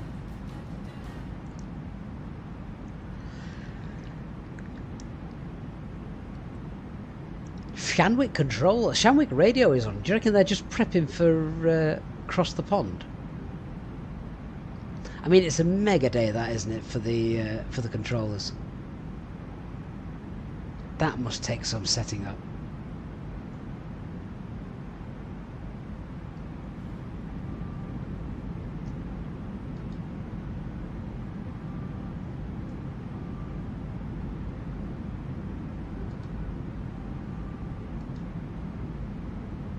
So how many people in the chat are actually doing Cross the Pond tomorrow?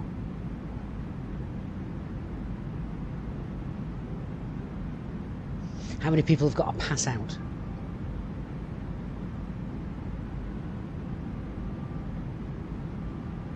Yeah, the 4 turboprops. Very loud. I was on a, I can't remember if it was a Dash 8 or an ATR a couple of years ago. And I was sat right by the propellers. I was like, oof. God, that's loud. And you know, it's just a little bit eerie. I'm sat there thinking, what if one of them comes off through the cabin? I mean, it doesn't really matter where you sat at that point, does it? But like, that'd be, it's a bit disconcerting.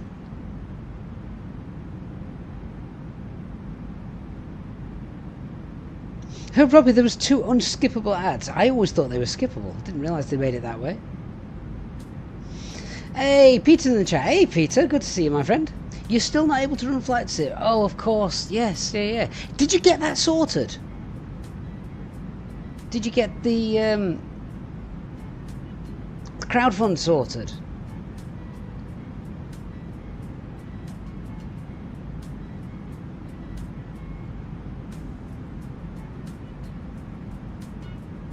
Oh, at least you had P at the end then, Sean. Fair enough.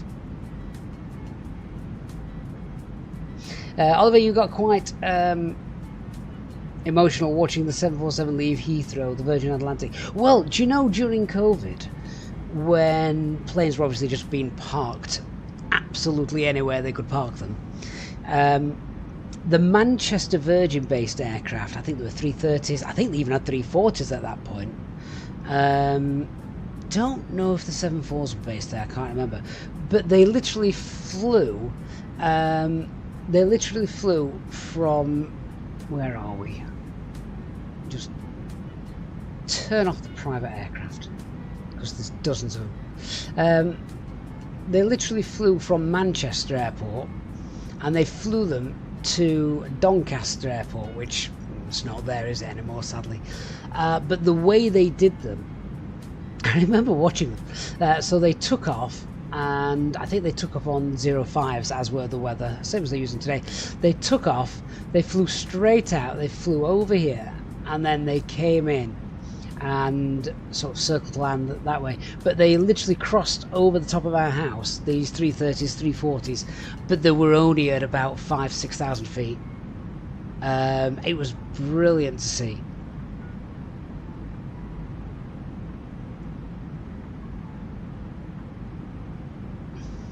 Jim says he's never flying a Dash 8, the main gear comes off too often. Yeah, that's good. Normally because they're landing in Ireland where the weather's terrible. Elliot is still working on, I can imagine the paperwork involved in that is awful. Chris, I've kept seeing that Donnie is coming back for ages and ages and ages now.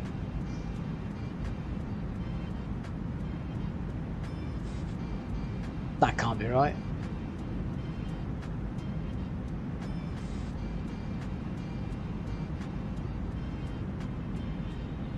I'm hoping this Easyjet is not at 50 feet in Bishop Wood, wherever that is. Minus 25 feet. Actually, ooh, Flight Radar 24 had something on this. There was a TUI aircraft landed at Manchester, and then God knows how, but its transponder shot it over here at Leeds East Airport. Is it doing the same now? Just gonna have a quick look. That'd be crazy if it was the same aircraft.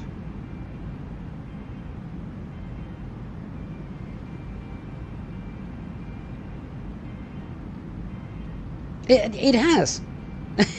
It absolutely has. If anyone jumps on Flight Radar 24 now and just looks at the this Easyjet here, it's landed at Manchester, but according to its GPS tracking data, it's now shot off and it's over here somewhere. That is some crazy IRF rubbish. What on earth is going on with that? Yeah, it's landed, and on the ground it's just shot straight through the Pennines and it's now over here.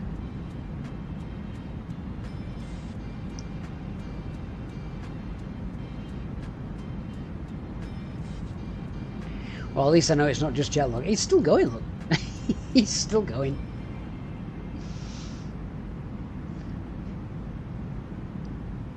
He's off to visit York. But yeah, FR24's got exactly the same. So, not quite sure what's going on with that.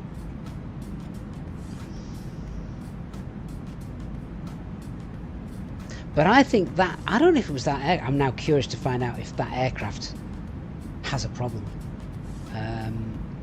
Let's have a look.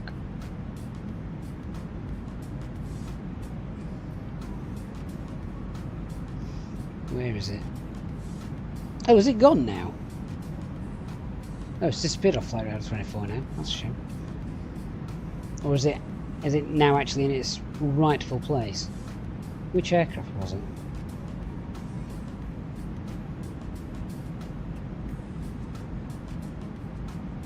Was it from... Did it say it was from Phuket?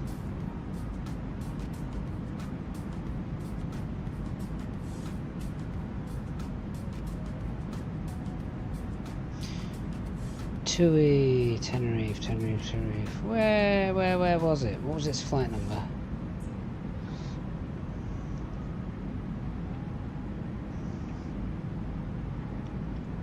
Just search for its reg.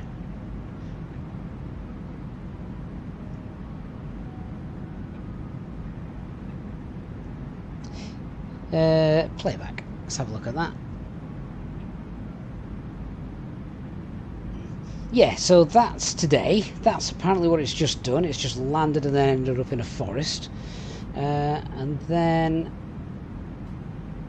Did it do the same? So, Belfast to Manchester. Let's watch that playback. Oh no, that one's absolutely fine. But another aircraft did do it. Only yesterday or day before. Forget to Manchester. Oh, look, it did it again.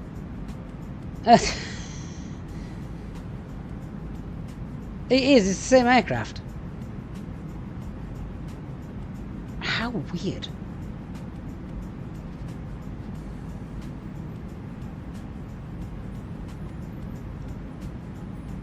How weird indeed. What area does it travel through? Oh, I mean, it's not even travelling through the sort of GPS spoofing area, is it? Well, maybe potentially. That is one long flight, isn't it? When you actually see it laid out, looked on the map, that is a very long flight.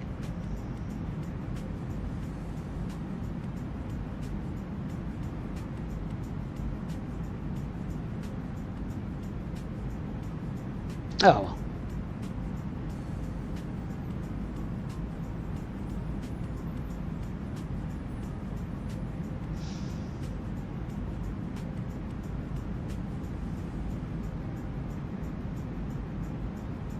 We're now on the west coast of France, I believe. Oliver, does anyone have any bad turbulence stories? Real life, you went to the Canaries on holiday in October, and the turbulence the way home through... yeah, well, usually the turbulence is over land.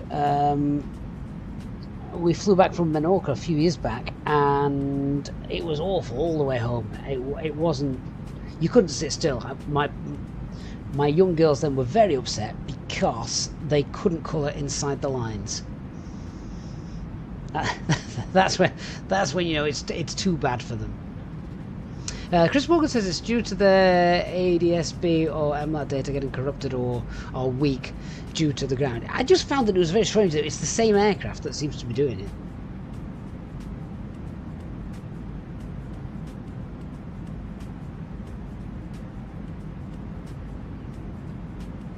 Yeah, Robert Duck, the ad blockers and things, whilst obviously I understand why people use them, for people like myself and Rail Cow Girl. Hi Rail Cow, by the way. Yeah, they're not great for us, I'll be honest with you. You don't exist.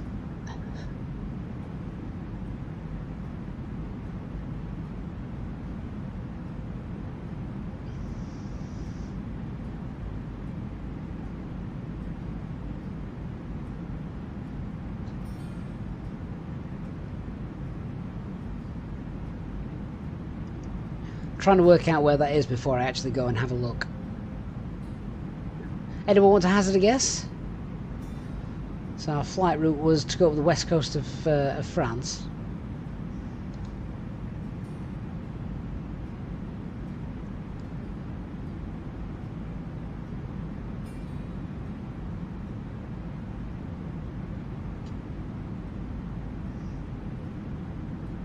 I know what it potentially looks like, but I don't think we're there yet.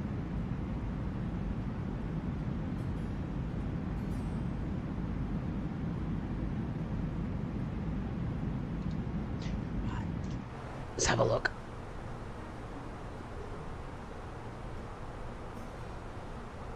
I thought we might have been a little bit... I thought it looked somewhere a little bit further up, like at Nantes and stuff, but it's... I just have no idea where that is. Looked nice. Looked very pretty, didn't it?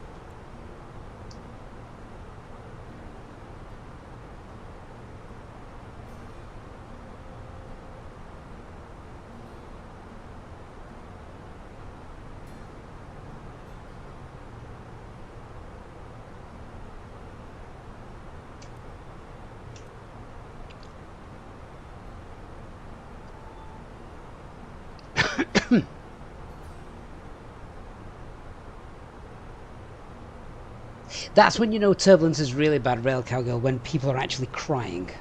That's, yeah, that is bad.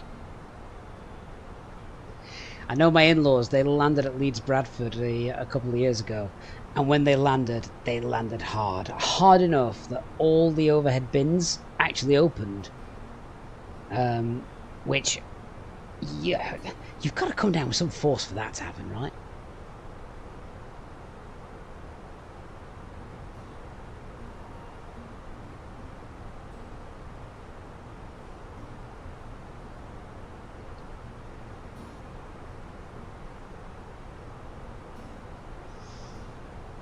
So I reckon we've got about an hour and 20 minutes or so left. Yeah, about an hour and 20 minutes. I wonder if Nigel, our pilot, can, our co-pilot, can make cabin announcements. Hey Nigel, do you want to announce to the passengers with a PA call that we are currently over the west coast of France, 38,000 feet, and weather in Belfast is looking good. Flight time remaining is about an hour and 25 minutes. I don't know if you can do this, by the way, so I'm putting him into the test there. I'm unable to make a PA announcement, but you can let the passengers know we're cruising over the west coast of France at 38,000 feet. Weather in Belfast is looking good, and we have about an hour and 25 minutes left in the flight. Yeah, that didn't work as I was hoping, but never mind. That'd be kind of cool, though, if you could make PA announcements. That'd be really good.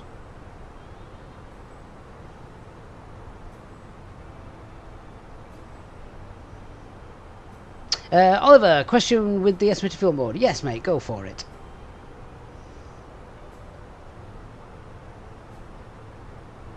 The thing about turbulence is that it's really, it's scary. If you don't know what it is, you don't know what's causing it, then I can 100% understand why it's scary.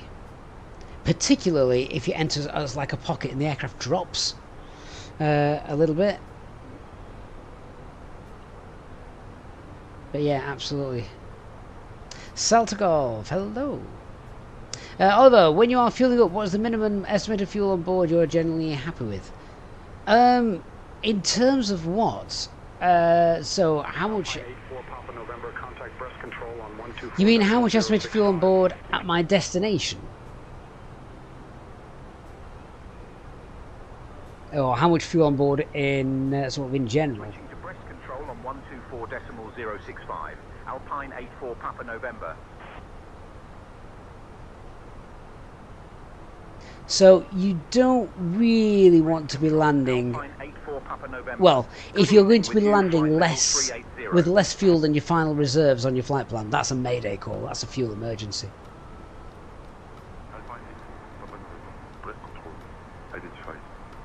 Good evening. So you normally want to be landing with, well, what we're planning on here. Lemon, do I sound a bit different? Do you know what? I said this right at the start of the stream. I may sound a little bit different. I discovered that my sound card had turned off a setting whereby I was getting feedback bleed through the headphones and the microphone into the microphone, which is why I don't know if you've watched any of the streams recently, but whenever we got VATSIM ATC and or the SayIntentions ATC and the cabin crew, we were getting like, it was an echo effect, wasn't it? Well, the option that prevented that had been turned off. I didn't realise. I've turned it back on, so I don't know if that's affected anything else.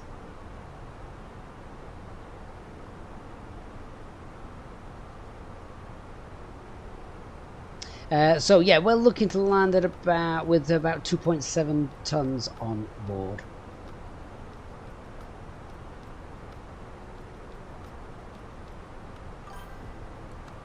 Now our trip fuel, as Railcow has just said, is 5,600 kilograms, and we loaded with 8 tons of fuel on board. Or 8,000 kilograms if you want to keep the units the same. So, I mean, that technically would be about 2.4 tons of fuel and that's estimating 2.7.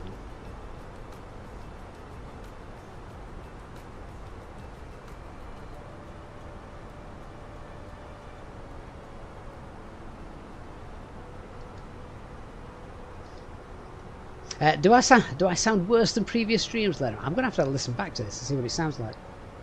Anybody else got this, a similar sort of issue? Does it sound a bit strange? Or do I sound a bit strange? I mean, it could just be me. I have got a bit of a sore throat.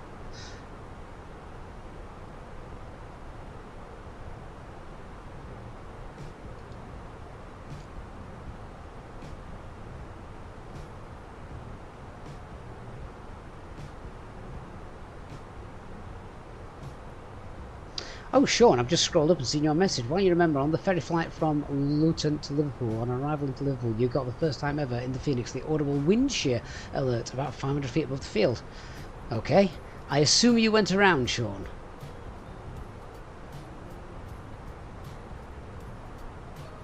Did you go around?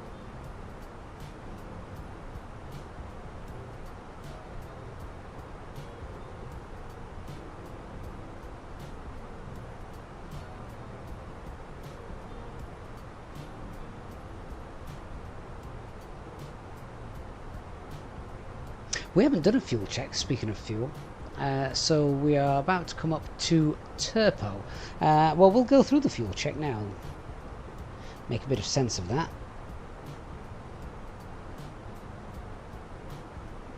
So, we are... Where are we? We're at Turpo. So we loaded with 8 tons of fuel on board. Okay, now what extra fuel do we actually have? We loaded then, so our actually planned block fuel or plug fuel was, call it 6.7 tons, sorry, 7.6 tons, 7.6 tons. We loaded 800, so that's an extra 400 kilograms plus an extra 300 kilograms, so 4 plus 3 is obviously 700 kilograms. So we should have 700 kilograms extra on board for our flight, and if we check it, we are coming up to Turpo, an hour and 15 minutes in. Turpo is there, so call that 3.8. We should have about 3.4, 3.5, sorry, 4.4, 4.5. We've actually got 4.7. So our fuel's absolutely fine.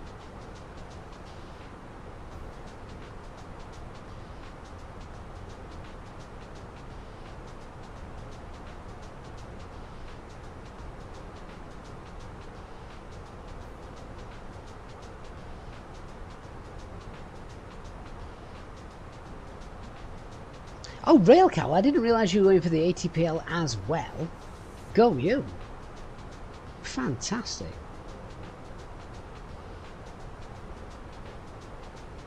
I thought you were just enjoying your PPL.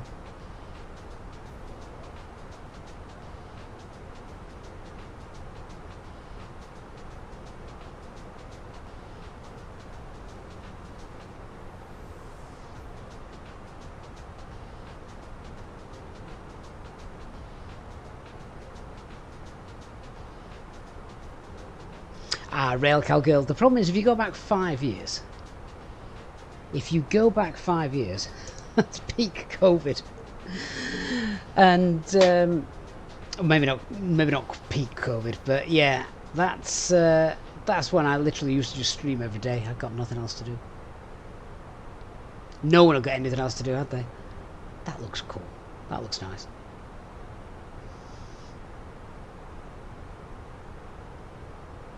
Oliver, have I finished the performance page for the approach? Oh, what do you mean? You mean this page? No, not yet. Klaus Nielsen, hello to you. No, I've not done that page yet.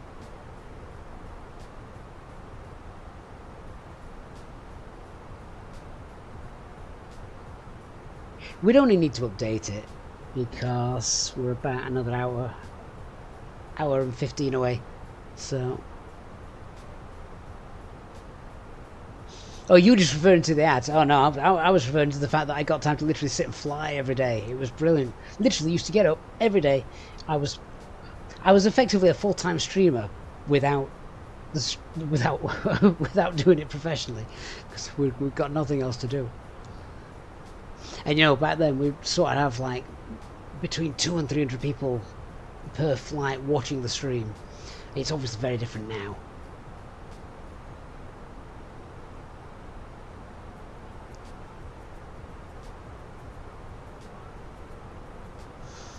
No, Peter, we've got no ATC at the moment. I don't know if we've got any coming up either. I think Andrew's annoyed at that as well. London South controls online, but I don't think we're going to be in their sector, actually.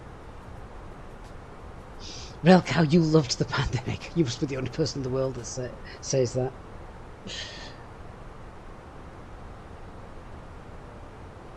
It didn't bother me being home. I did like being home. That didn't bother me too much.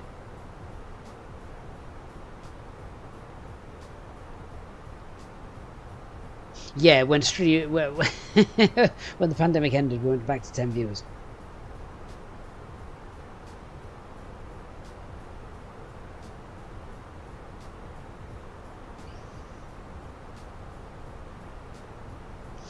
Chris, I was your first Microsoft Flight Simulator streamer that you saw and it got you into Flight Sim. Is that right, Chris?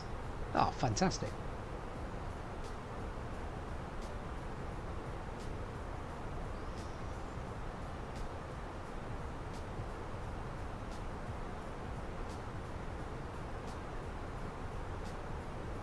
But yeah, I used to stream 3-4 times a week.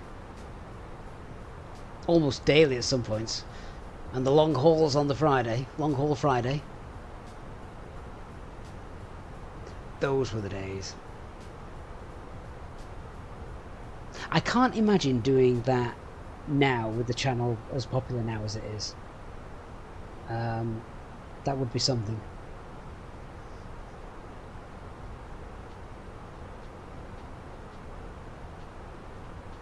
$5 meters, Sean. I was just thinking that. 5 meters is a long way away, isn't it? Klaus, do I know why your camera settings suddenly disappeared? You don't have any wing views anymore. You can only see inside the cockpit. I know that it is. You've basically got to set up cameras for every single aircraft, which is a pain. I don't know if they're model or livery specific. I think they're model specific. So yeah. Robert Duck, see you next time. But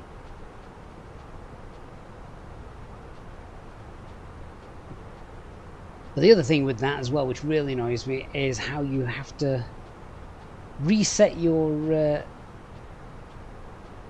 key bindings all the time for different aircraft, which is a real pain. Oh, Peter, I bet. How many planes a day did you get at work? Like 50. I bet they were very, very chill. They surely didn't keep the same amount of staff on, though. It must have been more of a skeleton staff scenario going on.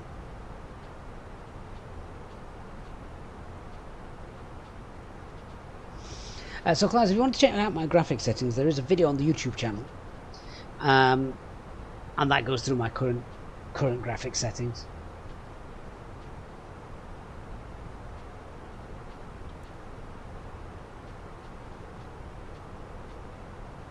Right, we are over northern France. We might have a nice view of the Channel Islands as well down there in a little while. So, just before we start to get a bit closer, I'm going to start thinking about looking at the arrival briefing and actually doing a little bit of work. I'm just going to go and grab a drink. And yeah, so I'm going to be back in about 5-10 minutes, ready to sort our arrival out. Travis, mate, thank you for subscribing.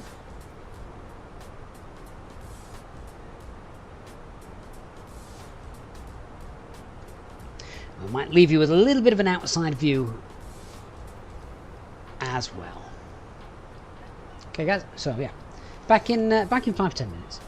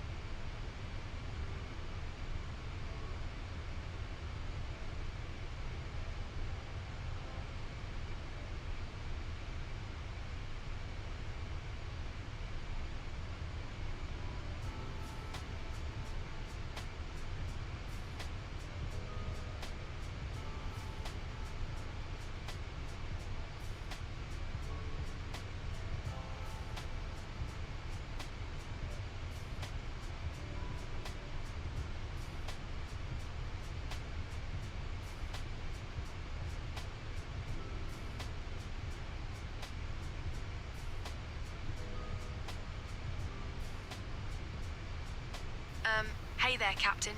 Just thought I'd pop in and see if you fancy a drink or a snack, but we don't have much on offer, eh?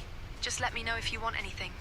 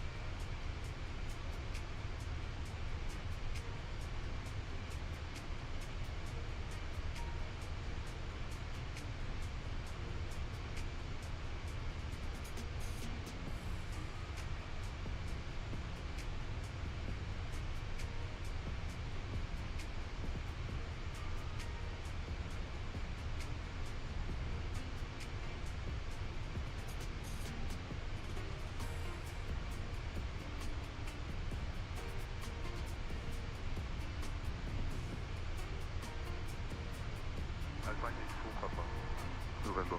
Contact breath control on 129.5. 0. 5.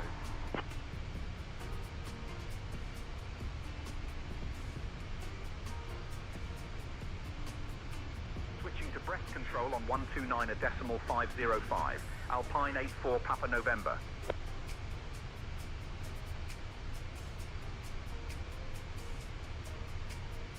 Breath control, Alpine 84 Papa November. Good evening, maintaining flight level 380.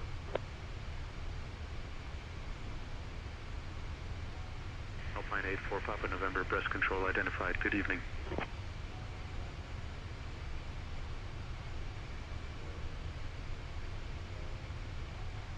Alright guys, back with you. Thank you for holding the fort. I went and made my own cup of Yorkshire tea because cabin crew didn't have any. Ah, what did I miss? Why is Railcow talking about crossbows?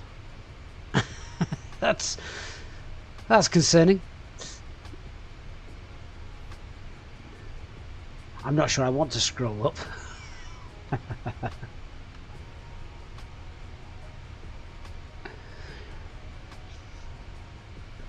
Right, let's just jump in the flight deck, make sure everything is normal again, and from what I can see, yes. So we've now got, oh, just get rid of the writing at the top there.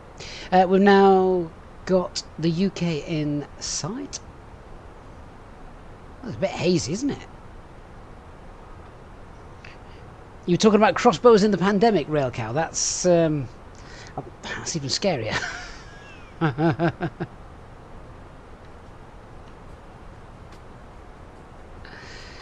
You were stuck in the US when the world closed down. I can think of better places to be stuck, if I'm being completely honest with you.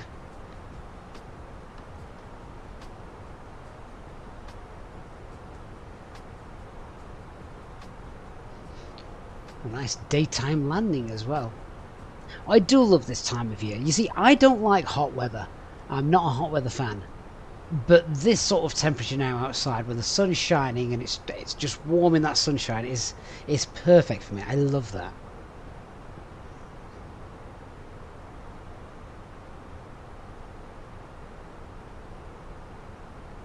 So I think we've got about an hour to go.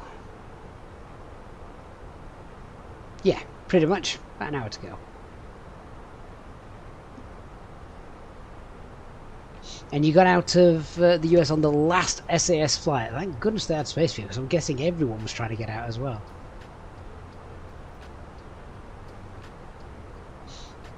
Sure, yeah. South of France, lakes of Italy, not the US. Just doesn't sound as picturesque and as idyllic as some places. Imagine being stuck in the Maldives or somewhere like that.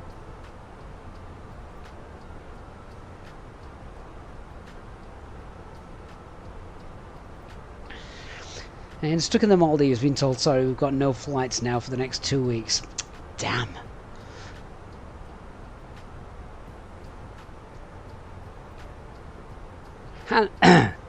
Hands down, the best place I've ever been on a holiday. Absolutely gorgeous.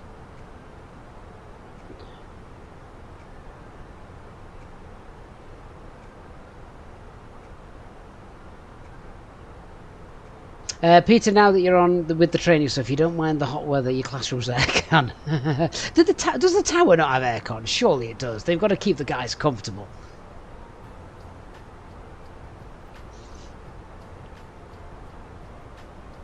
Doing one of the most stressful jobs in the world, you don't want to be stuck in a place where it's melting hot.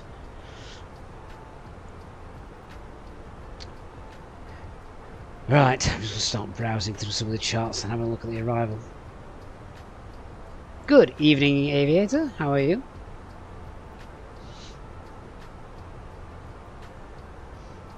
Yes, Railcow. Maldives is one of the best places I've ever been to. Best holiday I've ever had there.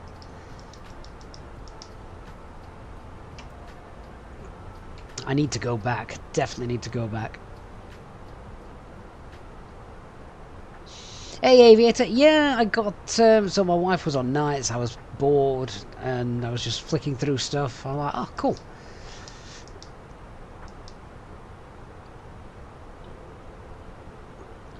So I'm just looking through our arrival here. So coming in Nevry, Abson, and then realistically, I'm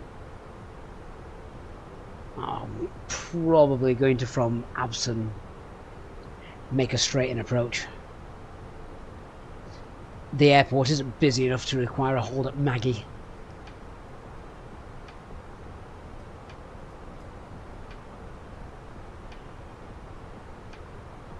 You see, I would have thought air conditioning, Peter, was one of the must-have. You know, that's the kind of thing that if the air conditioning breaks, the airport should shut down. You are in a greenhouse, for goodness sake.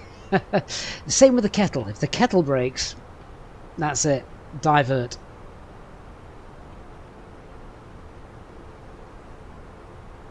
A centre tower is the best assignment in the summer. They get preferential aircon, do they? Yeah, so that's looking like we're going to come straight into George Best Airport just there. George Best, obviously, named after the footballer of this airport now.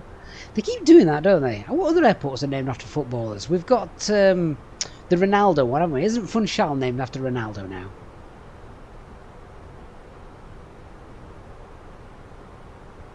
Oh, Aviator, you know what my idea would be? It would be the A350 all day long.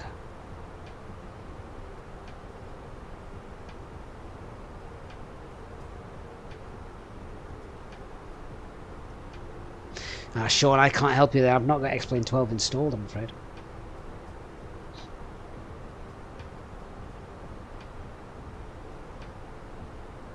If the coffee machine breaks, Peter, all the ATCOs go on strike. Absolutely. Of course they should. Without question.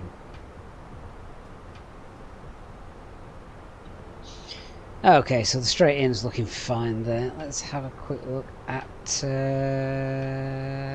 ooh. Where's my arrival chart?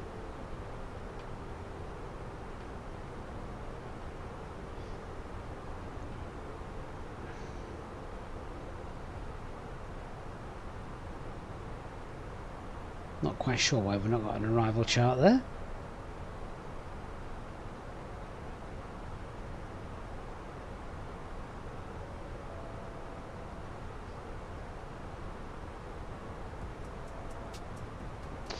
So we're going to be doing the ILS for runway 04.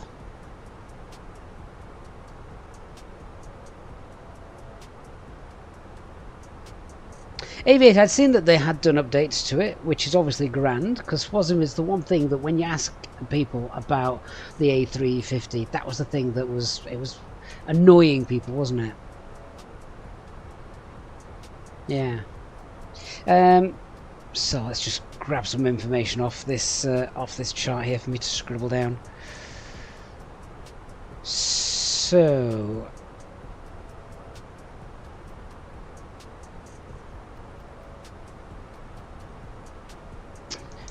weather's good, so our minimums are 220.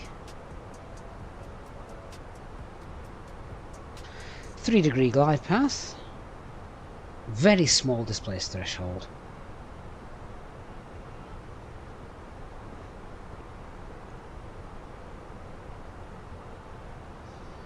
So nothing there looks out of the ordinary. MSA is 3,000 feet and the go around is 3,000 feet, and it's a right turn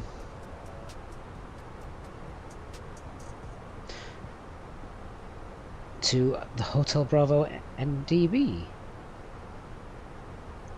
That's at 3,000 feet. Alpine 84 Papa November, contact London Control on 126.08. Enjoy, Peter. See you next time, mate. Good to have you join in, as always. Switching to London Control on 126.08, Alpine 84 Papa November. And then the ground chart. Alpine 84 Papa November. Good evening. Maintaining flight level 380.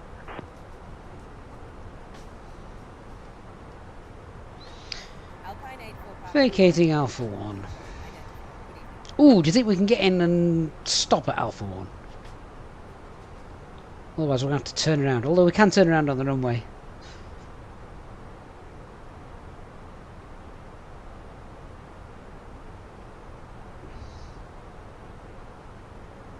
Yeah, 45 metres wide, we can turn around on that runway. That's no problem.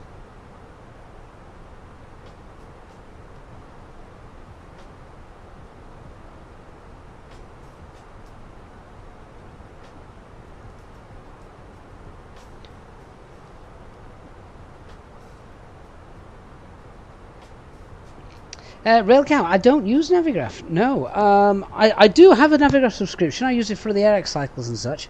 But Easyjet use LiDAR charts, so that's what we've got here. Keeping it real. I say that, and that works. I've now got used to the LiDAR charts. They are what they are. It's very colourful. I do prefer their approach charts, if I'm being honest with you. I think their approach charts are very good.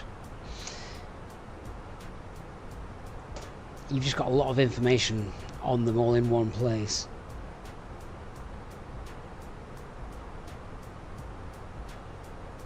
And I think it's absolutely amazing that we get these for free in Microsoft Flight Simulator. It's absolutely brilliant.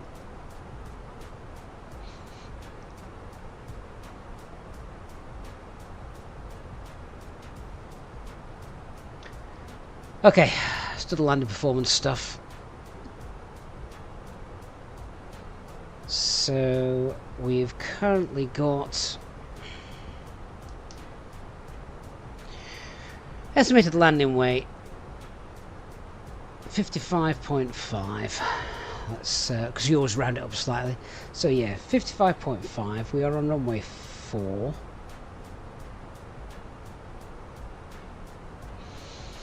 It's a short runway though, isn't it? Auto brake medium will be used. Flaps 3 is the norm. Do you know what? On this occasion, I'm going to go flaps 4.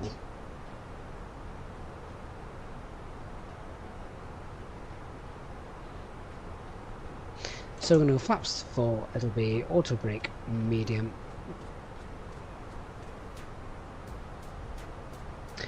QNH is 1023, so we'll just set that now.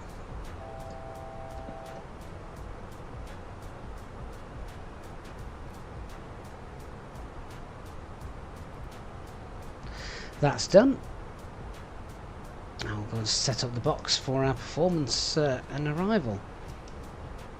Right, on our way down, I always update this, so let's do 275 knots on the way down, otherwise we just get in and it's very, very slow. There we go. So QNH 1023, temperature is currently 15 degrees, wind is 010 at 6. Can't blame the wind for a bad landing today, can I? 6,000 feet is transition. Minimums 220 and config full. What am I just putting where? Oops. There we go. Minimums 220. And that's the box set. Look at that approach speed, 126. Lovely.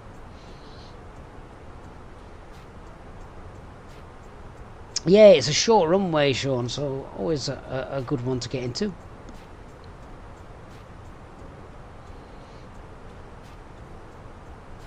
Do I think it's going to be possible to use the LiDAR charts on the external EFB and the Fenix? So, DC, this is something which I know a few people have noticed, particularly recently. I think it's a licensing issue. I don't think they're allowed it. I don't know why, but yeah, I I think it's a licensing thing, which is obviously very frustrating for us. Right, I'll close my briefing app down, which is a shame. I don't actually need to put the departure stuff in there. See, what I'm going to do here, so this is actually for creating a full flight. I am going to add another tab here, so I can just type in an airport and it'll just give me everything about it. So then I won't have to do this again.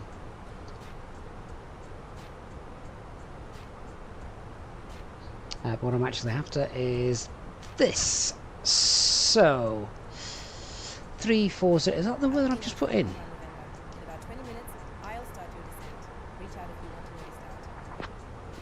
Ah, so the wind is now 340 at 5. Okay, I've just got a new update. Wind's 340 at 5. That's fine.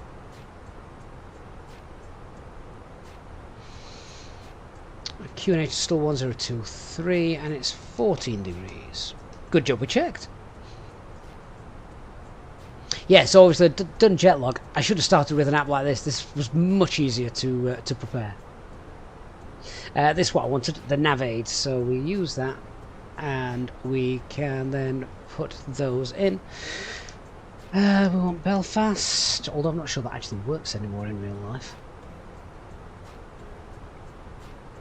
Belfast, MAC. Check the frequencies match as well. 1172, 1172, 116, 116, and Oscar Yankee is the NDB,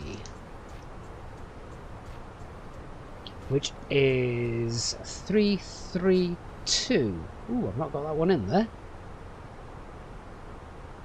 We'll not use that. Not tune it.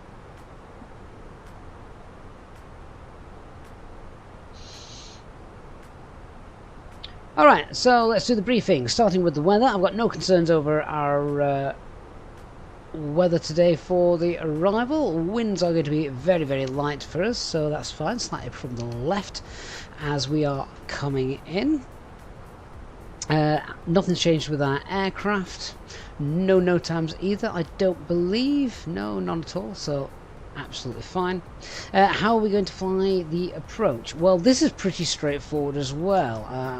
Rather than using the charts, because there's very little on the charts, I'll just guide you through that in the box. So my plan is, obviously we've got top of the set there, my plan is basically from Absen, well almost from Nevri actually, we'll just continue straight and we're going to pick up the ILS there, pretty much around Absen. To assist with that, what I will do is I will pop in a 9-mile radius. We'll go for a 9-mile final. Echo Golf Alpha Charlie runway 04, 9-mile radius, pop that in and then just try that again. Yeah, there we are.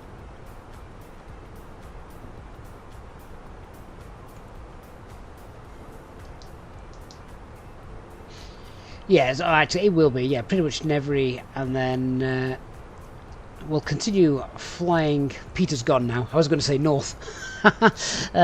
We'll continue flying around 360, pick up the ILS. My plan will be green dot before Nevri, flaps 1 after Nevri, flaps 2 with the glide, and then if we can get off before the right turn onto Alpha, then we will. If not, we will slow down and we'll turn on the runway. We vacate to the right off the runway. If we need to go around, it is straight out 3,000 feet, right turn, hold at Hotel Bravo. I think that is us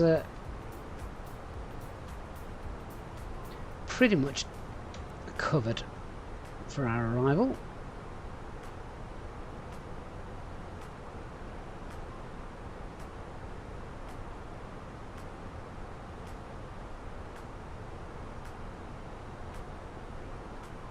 Just going to tidy the flight plan up actually. So secondary flight plan, we'll just copy that. So that's okay. And then what I am going to do is I'm just going to tidy that flight plan up. I'm going to get rid of Maggie. Sorry Maggie. Getting rid of that. So now our flight plan should look a little bit better. Let's just check it.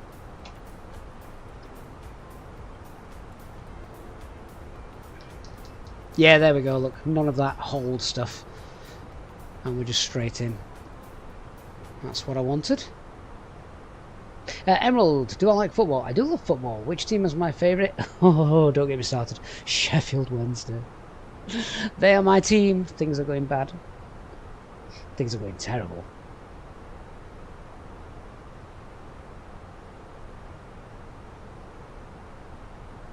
So our top of descent is going to be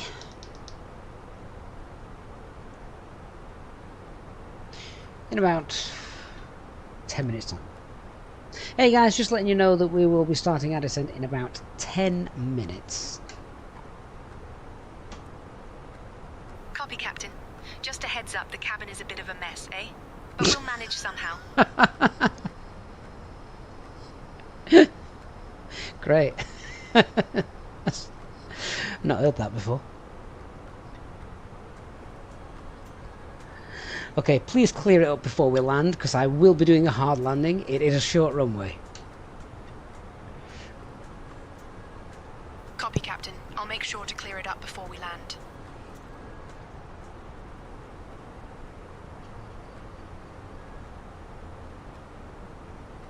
Hey, Blue Plays. You had a question because your A320 Fenix is lagging at small airports. Small ones? That's unusual, isn't it? Unfortunately, if stuff like that is lagging, I do have to ask if your graphic settings are too high. That always is the biggest culprit, I'm afraid. I never want the best graphics, but I'll be honest with you, I'd rather have the smooth sim. That's why people fly X-Plane, for the smooth sim. Oh, my hands are going absolutely mental. My fingers were, I don't know if it's like eczema or it's like a contact rash with whatever it was in the garden yesterday. Awful. I've just had an antihistamine as well when I went and made myself a cup of tea. Oh, Aero Alex Jar, mate, thank you so much.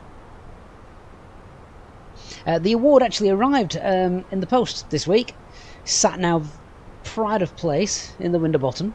Looking very nice. So everyone can see it as they come to the front door.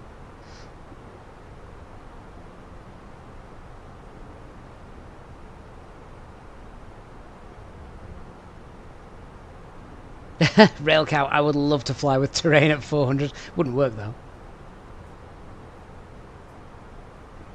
You see, Emerald, Sheffield Wednesday, are they playing badly or have they just got absolutely no chance because the players that we've got are just academy kids? And you know, I actually don't think they're playing badly at all. Honestly, I don't. The reason I don't think that is because if you actually look at the scorelines, we're getting beat 1-0, 2-1. We're not getting thrashed 6-7-0. We should be. We absolutely should be. But we're not. So that's what happens when you have an owner that bankrupts your football club and all the players leave. It's like having a pineapple in the window. Yeah, but it doesn't smell as nice. I'll have to polish it.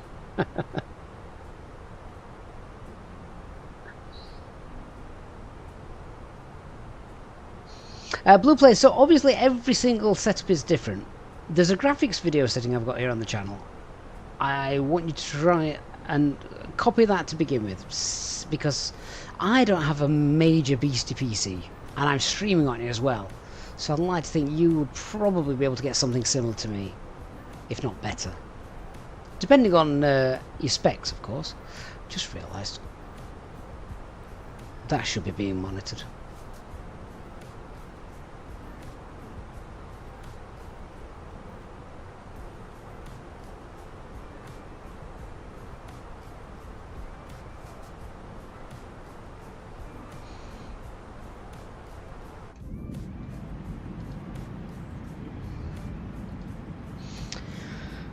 England's green and pleasant land. Although technically it's not, is it? It's Wales. It was St George's Day as well yesterday.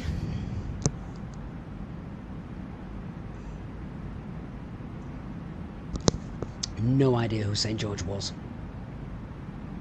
Although one of my girls, they must have been doing something at school about it. They're only 7. One of my girls did come home yesterday and ask me if dragons were real.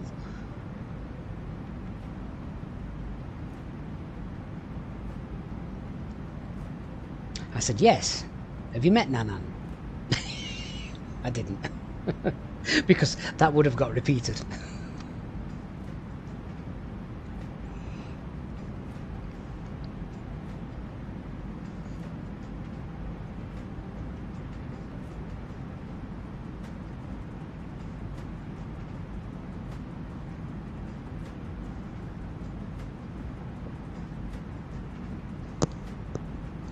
Sean, you're going to have to go into AIFP and create my own flight plans for traffic on flights on 24.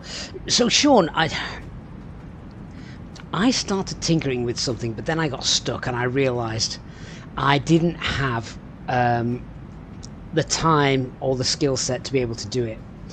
Because of the work I'd done on Jetlog and obviously live maps and stuff, I started looking at taking the user's position in Microsoft Flight Simulator, reading live ADS-B data, and taking that and injecting that into the sim.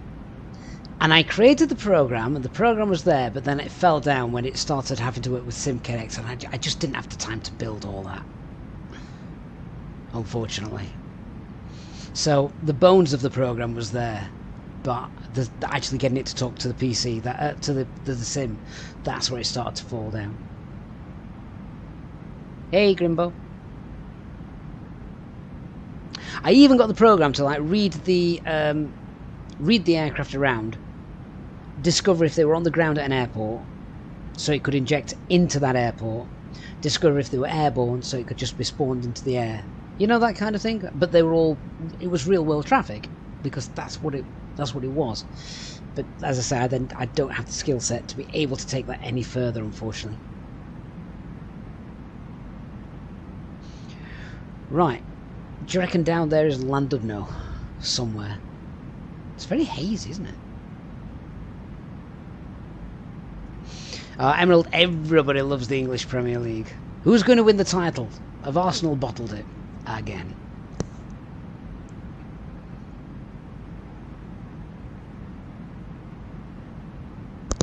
They were on course for winning so much, weren't they?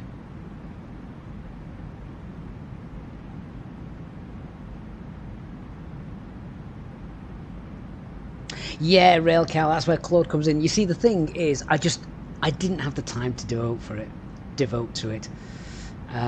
So I've literally got the program that I built, and it works in terms of identifying the aircraft, pairing them up to the models. So, you know, British Airways A320 will show a British Airways A320. It will spawn it at the right airport. I even got the flight plan sorted as well. I managed to pull in the flight plan, so where it was going from, where it was going to. The idea would be pretty much like the FSL traffic injector. It would just throw it into Microsoft Flight Simulator. Then it was down to Microsoft Flight Simulator's default ATC to actually sort it out. It wasn't going to be a live tracking, you know, literally every second update the position of the aircraft. I'm not that good. So I've got that program and it's sat there, and now I just don't know how to build like a SimBridge connection client to actually inject the stuff into the sim. But yeah, it's there. The bones is there, and I've not deleted it. I just realised it was going to be a bigger. I didn't realise the way that SimConnect worked, so I thought that basically SimConnect was already sort of installed within the sim, and I just needed to hook my program up to SimConnect and it would work. Turns out, I believe, or I'm led to believe, actually you need to create a program that will actually talk to SimConnect or use SimConnect rather than just injecting it in with SimConnect, if that makes sense. And I just don't have the time for that, unfortunately.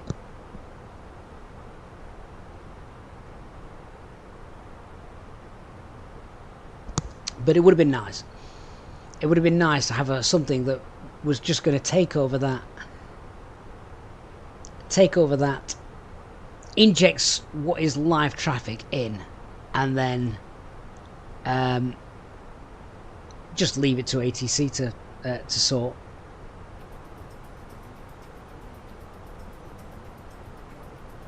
Grimmo, yes, of course you can ask a question.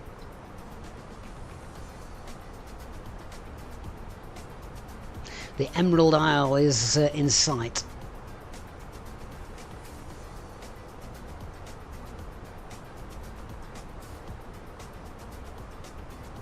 Hey, Mona. Nigel, who's going to win the Premier League this season? Just asking my co-pilot who he thinks is going to win. Ah, that's a tough one. My money's on Manchester City, but you never know with football. Oh! What about Arsenal? Or have they bottled it? Arsenal's had a strong run, but you never know until the final whistle. Let's see how the season unfolds. Oh, he's very diplomatic, isn't he? He could be a politician.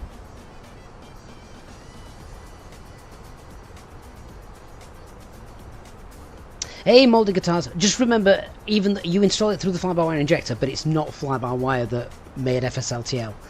FSLTL is standalone.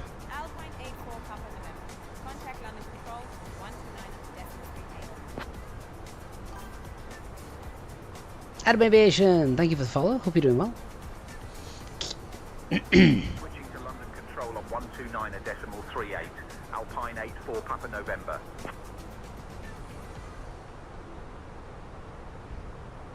I would like to think FSLTL could do it. If I could come up with a strategy of being able to do it, I'm sure they can. That's sort of the next step for them, isn't it? They just need to... public data. Rather than Flight Radar 24 data, which is fiendishly expensive to actually use.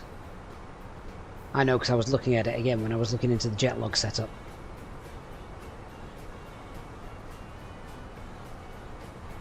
And yeah, there's obviously ADS-B data is out there. It's publicly available. You just can't charge for it.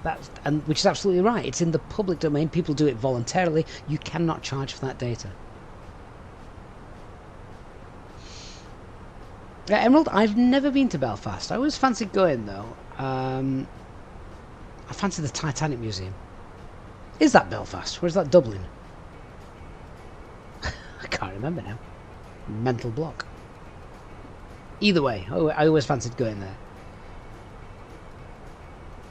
And I still think that is one of the best films ever made. Right, top of descent is coming up. If you haven't done so already, guys, please do me a massive favour and just hit that like button on the channel. That'd be really cool if you could.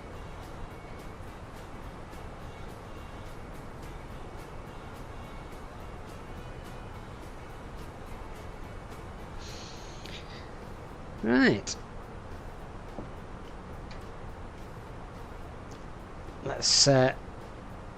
Let's start heading down, I think, shall we?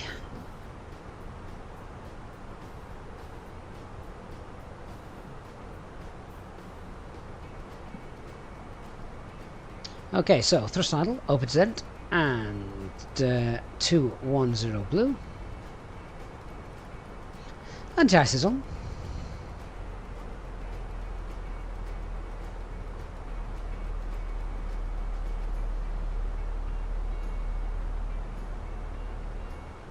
Sean, it is Belfast, isn't it, the Titanic? I have no idea how X-Plane does it. But you see, Microsoft, I mean, technically Microsoft Flight Simulator does it, doesn't it? Microsoft Flight Simulator has its own live traffic.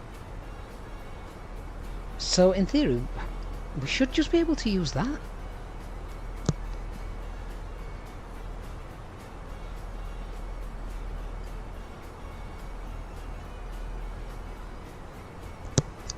Right, we have started descent.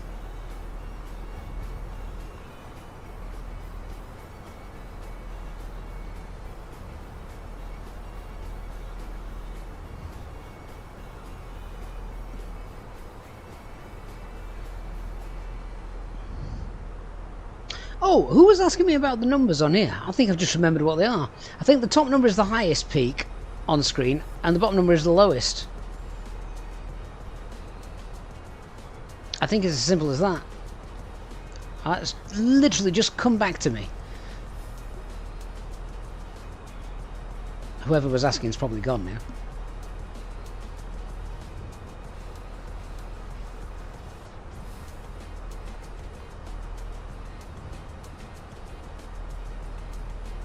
FlySimmer 592, thank you very much. Thank you for joining us. You joined us literally on the descent. Hope you're doing well. Our next achievement is probably going to be 60,000 subscribers, where we are slowly edging that way.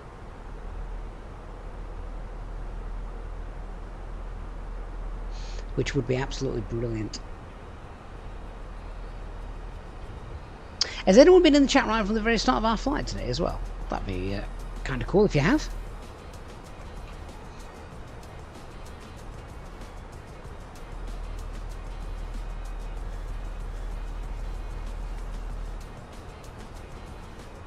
I'm just checking as well to see if we've got any ATC around. We've not, sadly. No, because everyone in the UK at the minute, they're all outside enjoying the beautiful weather. That's why.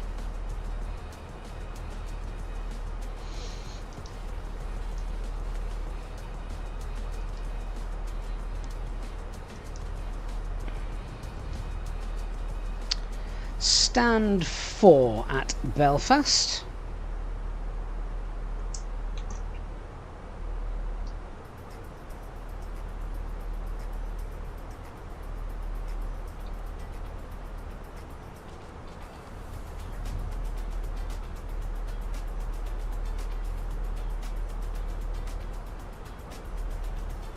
Has anybody seen, I quite fancy going to see the Michael Jackson film. Has anyone been to see it yet? Is that any good? I've not heard anything about it. I don't want any spoilers or anything like that. But yeah, I just wondered if that was any good. I get the feeling I may be taken to watch The Devil Wears Prada 2 at some point. To be fair, I actually quite liked the first film. I thought that was pretty good. I think that's out next week.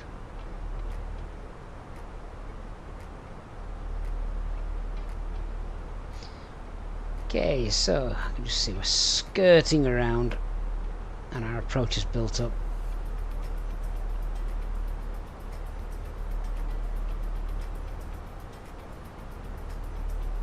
It's not really a standard arrival route, but it is the standard arrival route by any other name. Mind you, Belfast Aldergrove doesn't have any stars either. We're just kind of flying along waypoints, then get vectored in.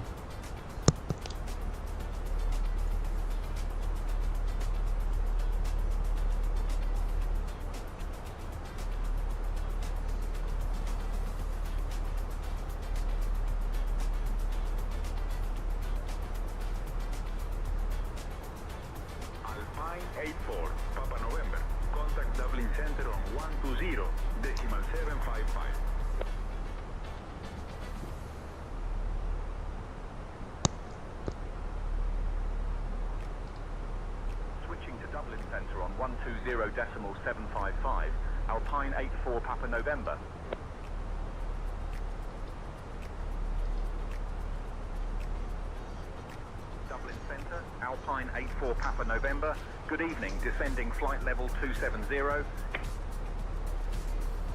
Hey Mike! Oh, I'm really terrible at guessing. Alpine 84, Papa November, Dublin Centre. Good evening. So we're about 700-800 feet below the profile, which is enough for now.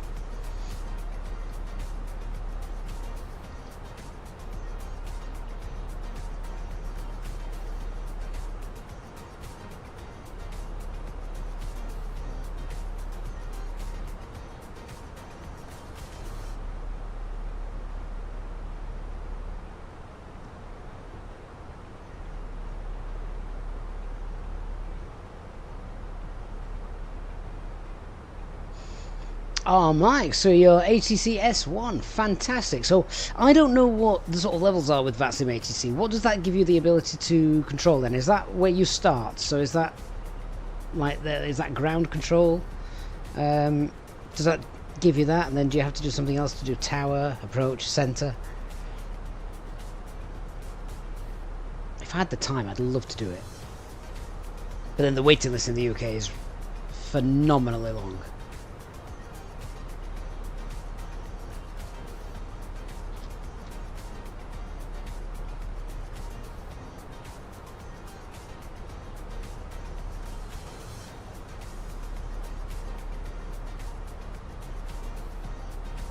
Oh, Sean, I didn't realise that. So it's actually modelled, is it? Oh, nice.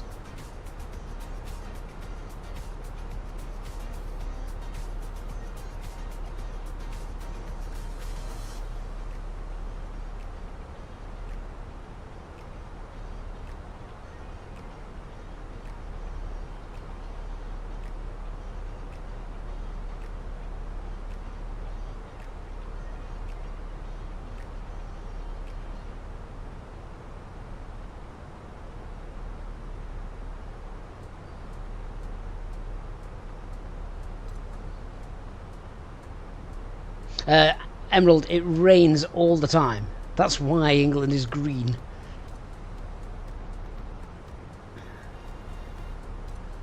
In fact, I think, let's just continue that descent down.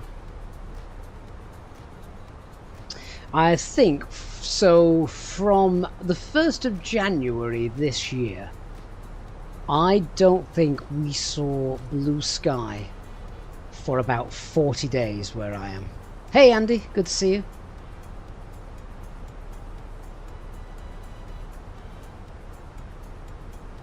Yeah, no joke. We didn't see blue sky for about 40 days. It was ridiculous. Absolutely ridiculous.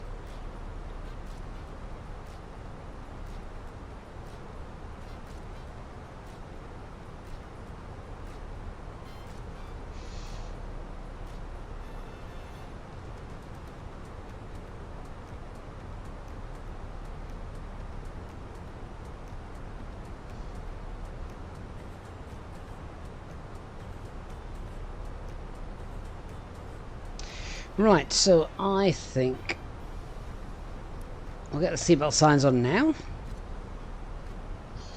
There's going to be beautiful colourings coming in, won't it? Looks stunning, that. 19,000 feet. Rail cow, it sounds like Bergen. Yeah, but even if it's that part of the world, depending on the time of year, just a quick heads up. You don't see the sun anyway. You need to get back to your seats and buckle up, eh? And the lavatories are closed until the sign's off. So yeah, just sit tight and try not to panic, alright? Sean, we were stuck in what they call an anticyclonic gloom. What a beautiful word. There was not a single day in Bergen between 1999 and 2000. There wasn't a single day in Bergen with blue sky from the end of October till February. Oh. I mean, that's just sad, isn't it? Seasonal effectiveness disorder. That's what people say they get. Okay, so as we're getting close to the airport now, I'm going to turn the air traffic control off because we need to be on Unicom. Alpine 84 Papa, November. Good evening, descending flight level 180.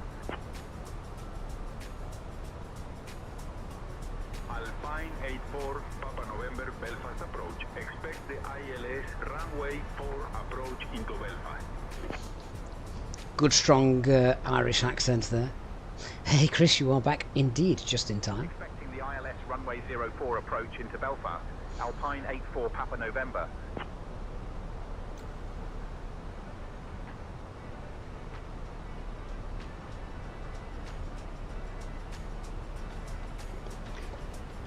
Right, we're just going to wind that speed up a little bit now, just to start getting down. Give it a slightly speedier descent for the next 2,000-3,000 feet. Oh, actually, don't need to do that. Forget that.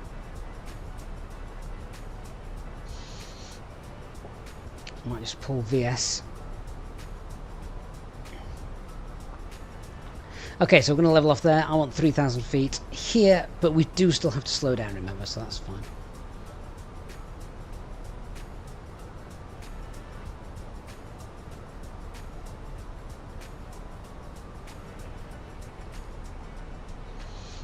That looks really neat.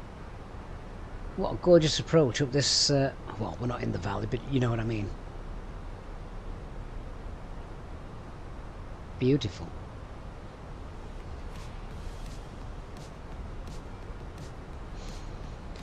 Okay, coming up on 10,000 feet, let's activate that approach phase. So that's done. Just confirm we are flaps full for our landing. Remember, flaps 3 is the norm now. Flaps full is, well, not. Estuary. Thank you, Chris. Couldn't think of the word. It's not a valley, is it? It's never been a valley. It's not Innsbruck.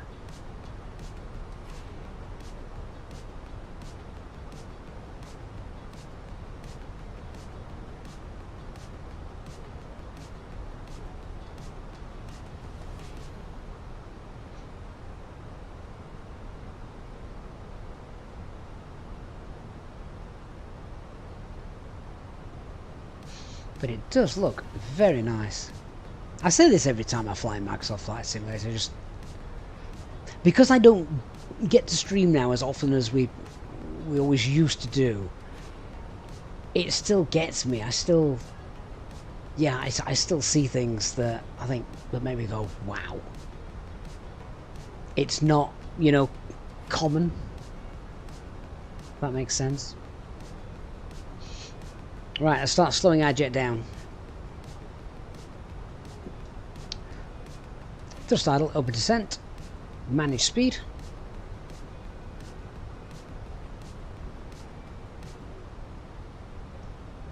And QNH 1023 is now set. 3000 blue, approach checklist. So, barrel ref QNH 1023, seatbelts are on, minimums 220, auto brake medium, engine mode selector is normal, and our EFB is stowed.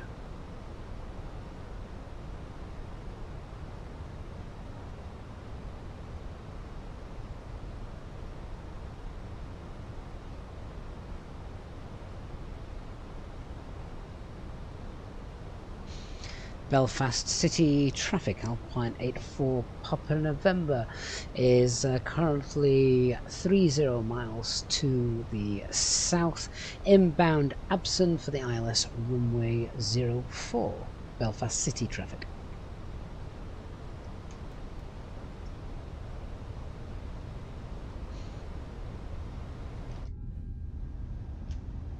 Oh, that is gorgeous.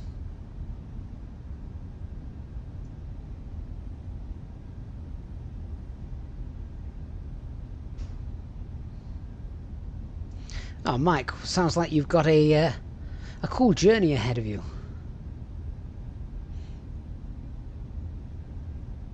That's another thing I choose my words carefully. I was going to say miss about the pandemic, but one of the other things I do miss is obviously when the pandemic was on, VATSIM was just alive all of the time. India Hotel Bravo Delta is identified.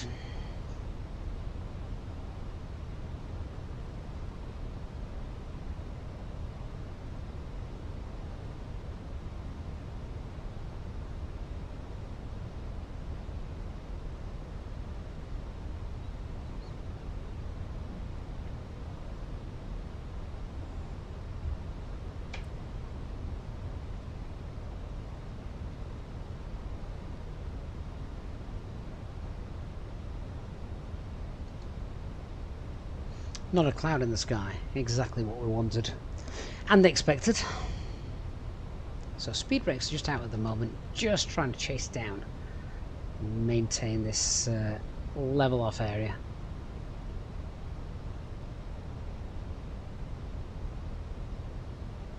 Where have you been, Jayhog? Cutting grass? It is the hay fever season.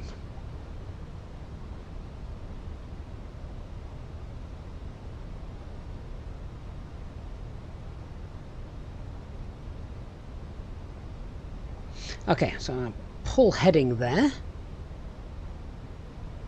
and we'll arm the approach. There we go. Lock start. Cat 3 dual, autopilot 1 and 2. Still got spoilers out at the moment.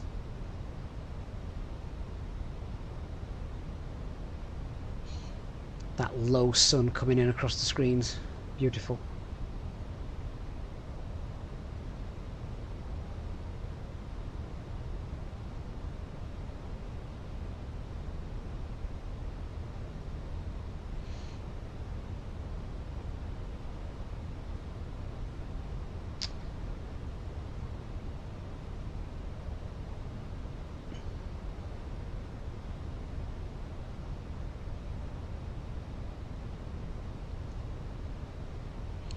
Belfast City traffic, Alpine 84, Papa November, established ILS runway 0420 miles. Okay, so we are running on that glide slope look, so let's get the spoilers away. Flaps 1, speeds checked. Flaps 1. And I'm going to pull speed. And because of course we're in the A319, it's a sporty little thing.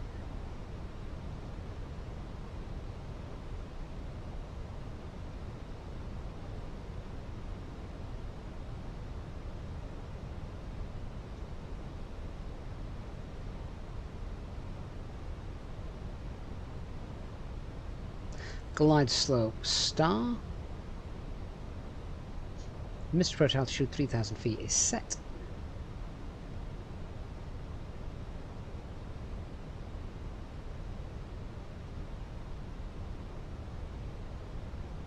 So speed 180.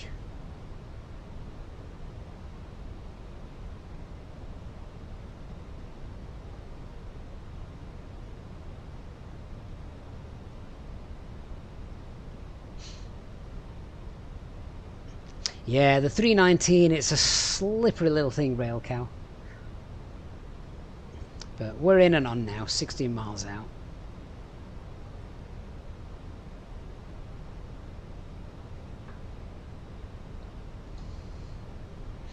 Looking glorious.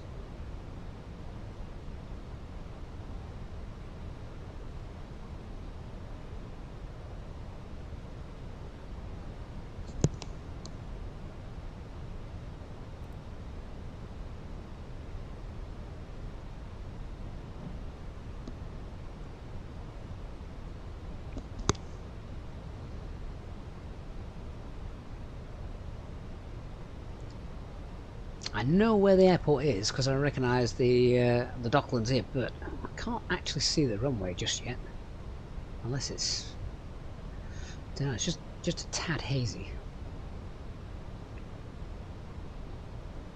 That tailwind's giving us a push. Flaps 2, speed's checked. Flaps 2. Wind that speed down a fraction. So speed 175 set. With the flaps out, that is going to give us a little bit of a drag, which is what we need. There's that little lift, which is what we don't need.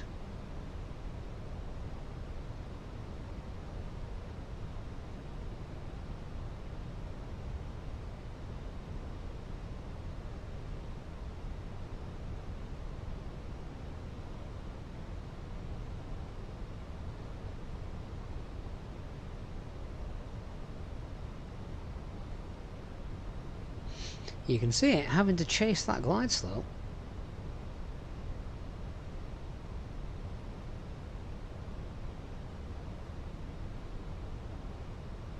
Could be a sporty landing. Yeah, we can see that. We can see the runway now.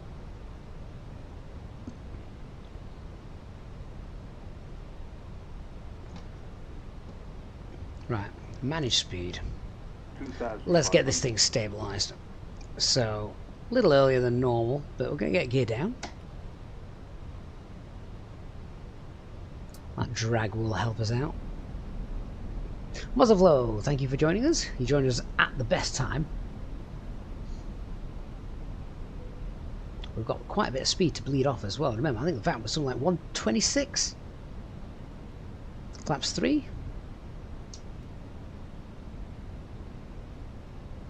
It's all over the place, isn't it? And flaps full. Landing checklist. So our cabin. Why have we not got the... There we go. So our cabin is secured for landing. Go around altitude 3,000 feet. Eco memos landing. No blue. Small runway, so we're not going for smooth. We're going for firm and stop. But that, as an overall picture and view, I think looks amazing. One of the many reasons we love Microsoft Flight Simulator.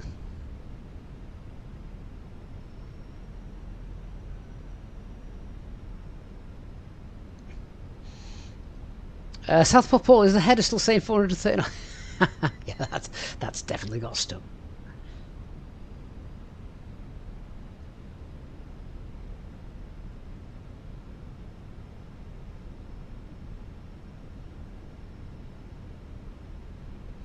Can you see it though? I'm hoping you can see it. It's waving all over the place. I'm going to really enjoy the replay from the passenger window after this.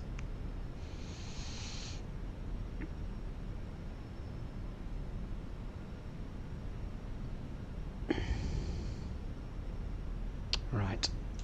My jet. Autopilot off. I have control. Well, hopefully.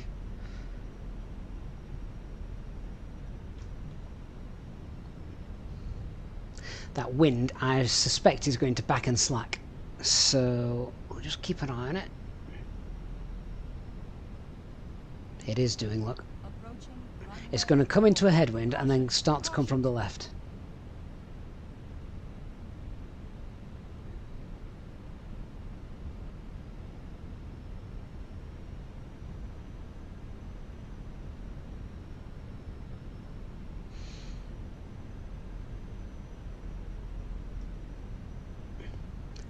This is a very fun approach. 500. Okay, 500 stable.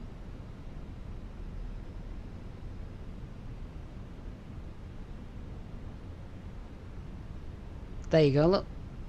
The wind has done as we predicted. 100 above.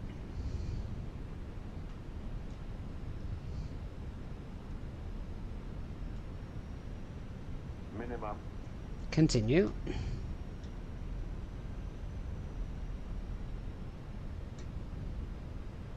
Having to fight this one all the way down. I didn't think the weather was this bad. 50, 40, 30, 20, retard.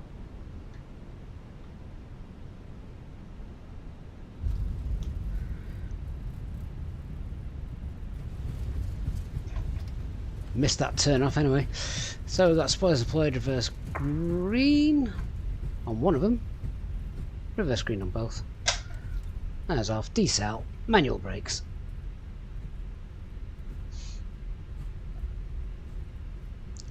Lovely. Ooh, that was fun. I enjoyed that one.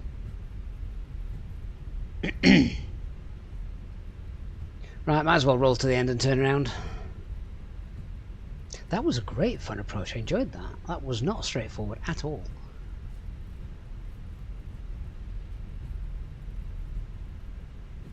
Don't want to be going long on that runway either. It's not long enough for that. I was expecting a harder landing. I was going to plant it to get off at Alpha, but that didn't work.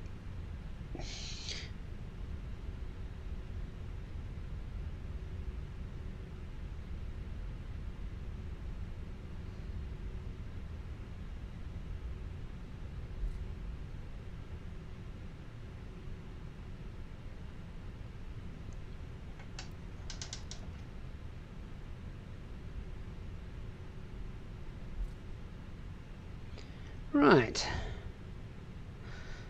Taxi in. Welcome to Belfast, people. Yeah, I actually I like approaches like that. Ones where they're not straightforward. They are, you know, a little bit different.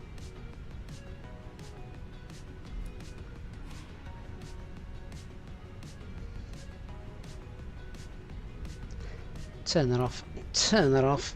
TCAS, turn that off. And we'll start the APU. Turn those off.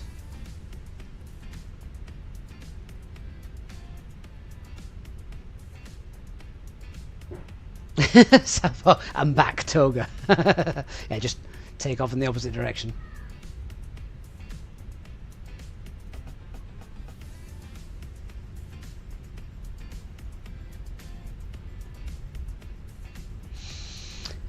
Stand 4 we got assigned, didn't we? So we'll see if GSX is going to help us with that.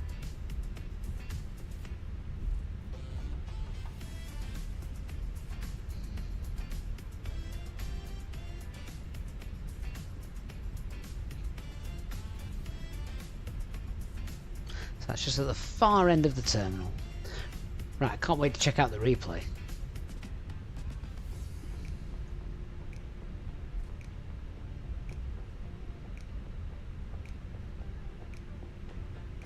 This is the longest stream we've done for a while, at nearly 3.5 hours. Enjoyed every moment. Approaching runway 22.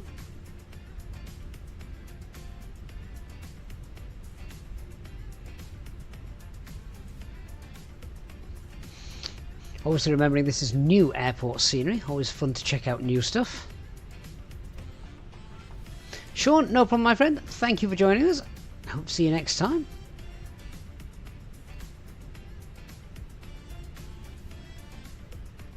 If you are leaving, then please don't forget to leave a like before you go. If you haven't done so already, that is. Help with our YouTube algorithms.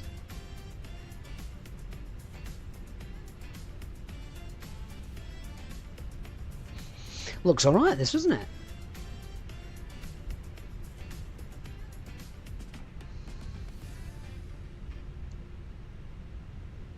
Not much to the airport, but then again, sometimes there doesn't need to be.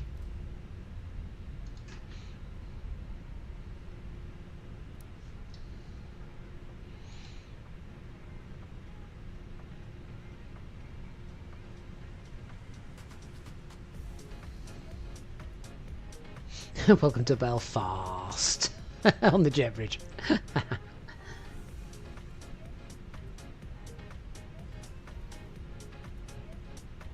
And we've got the they have got GSX profile set up, looking at that.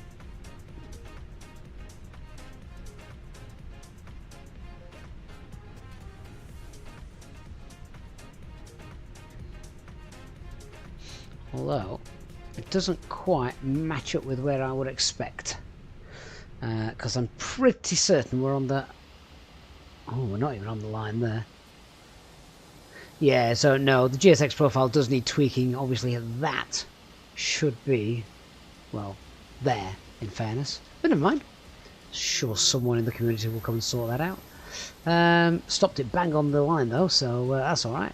Welcome to Belfast. I like that. I love the colourings of the arrival time.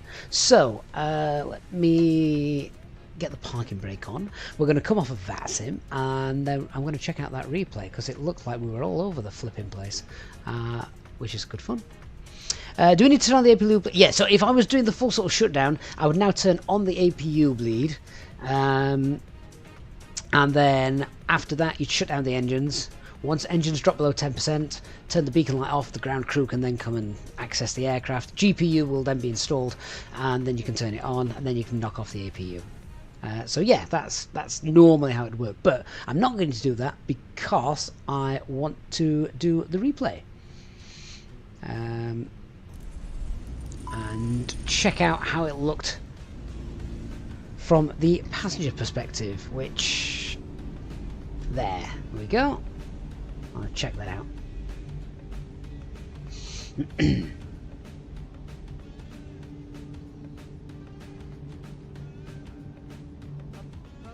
runway 4.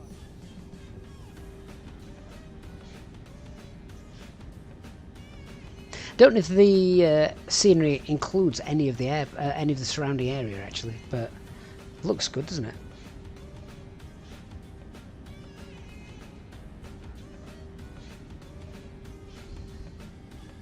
Love that reflection off the waterway.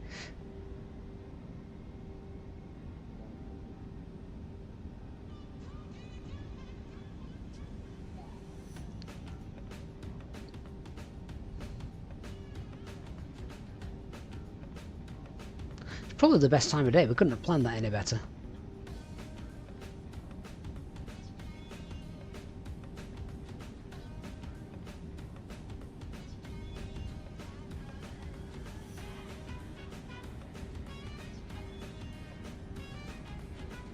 Very nice.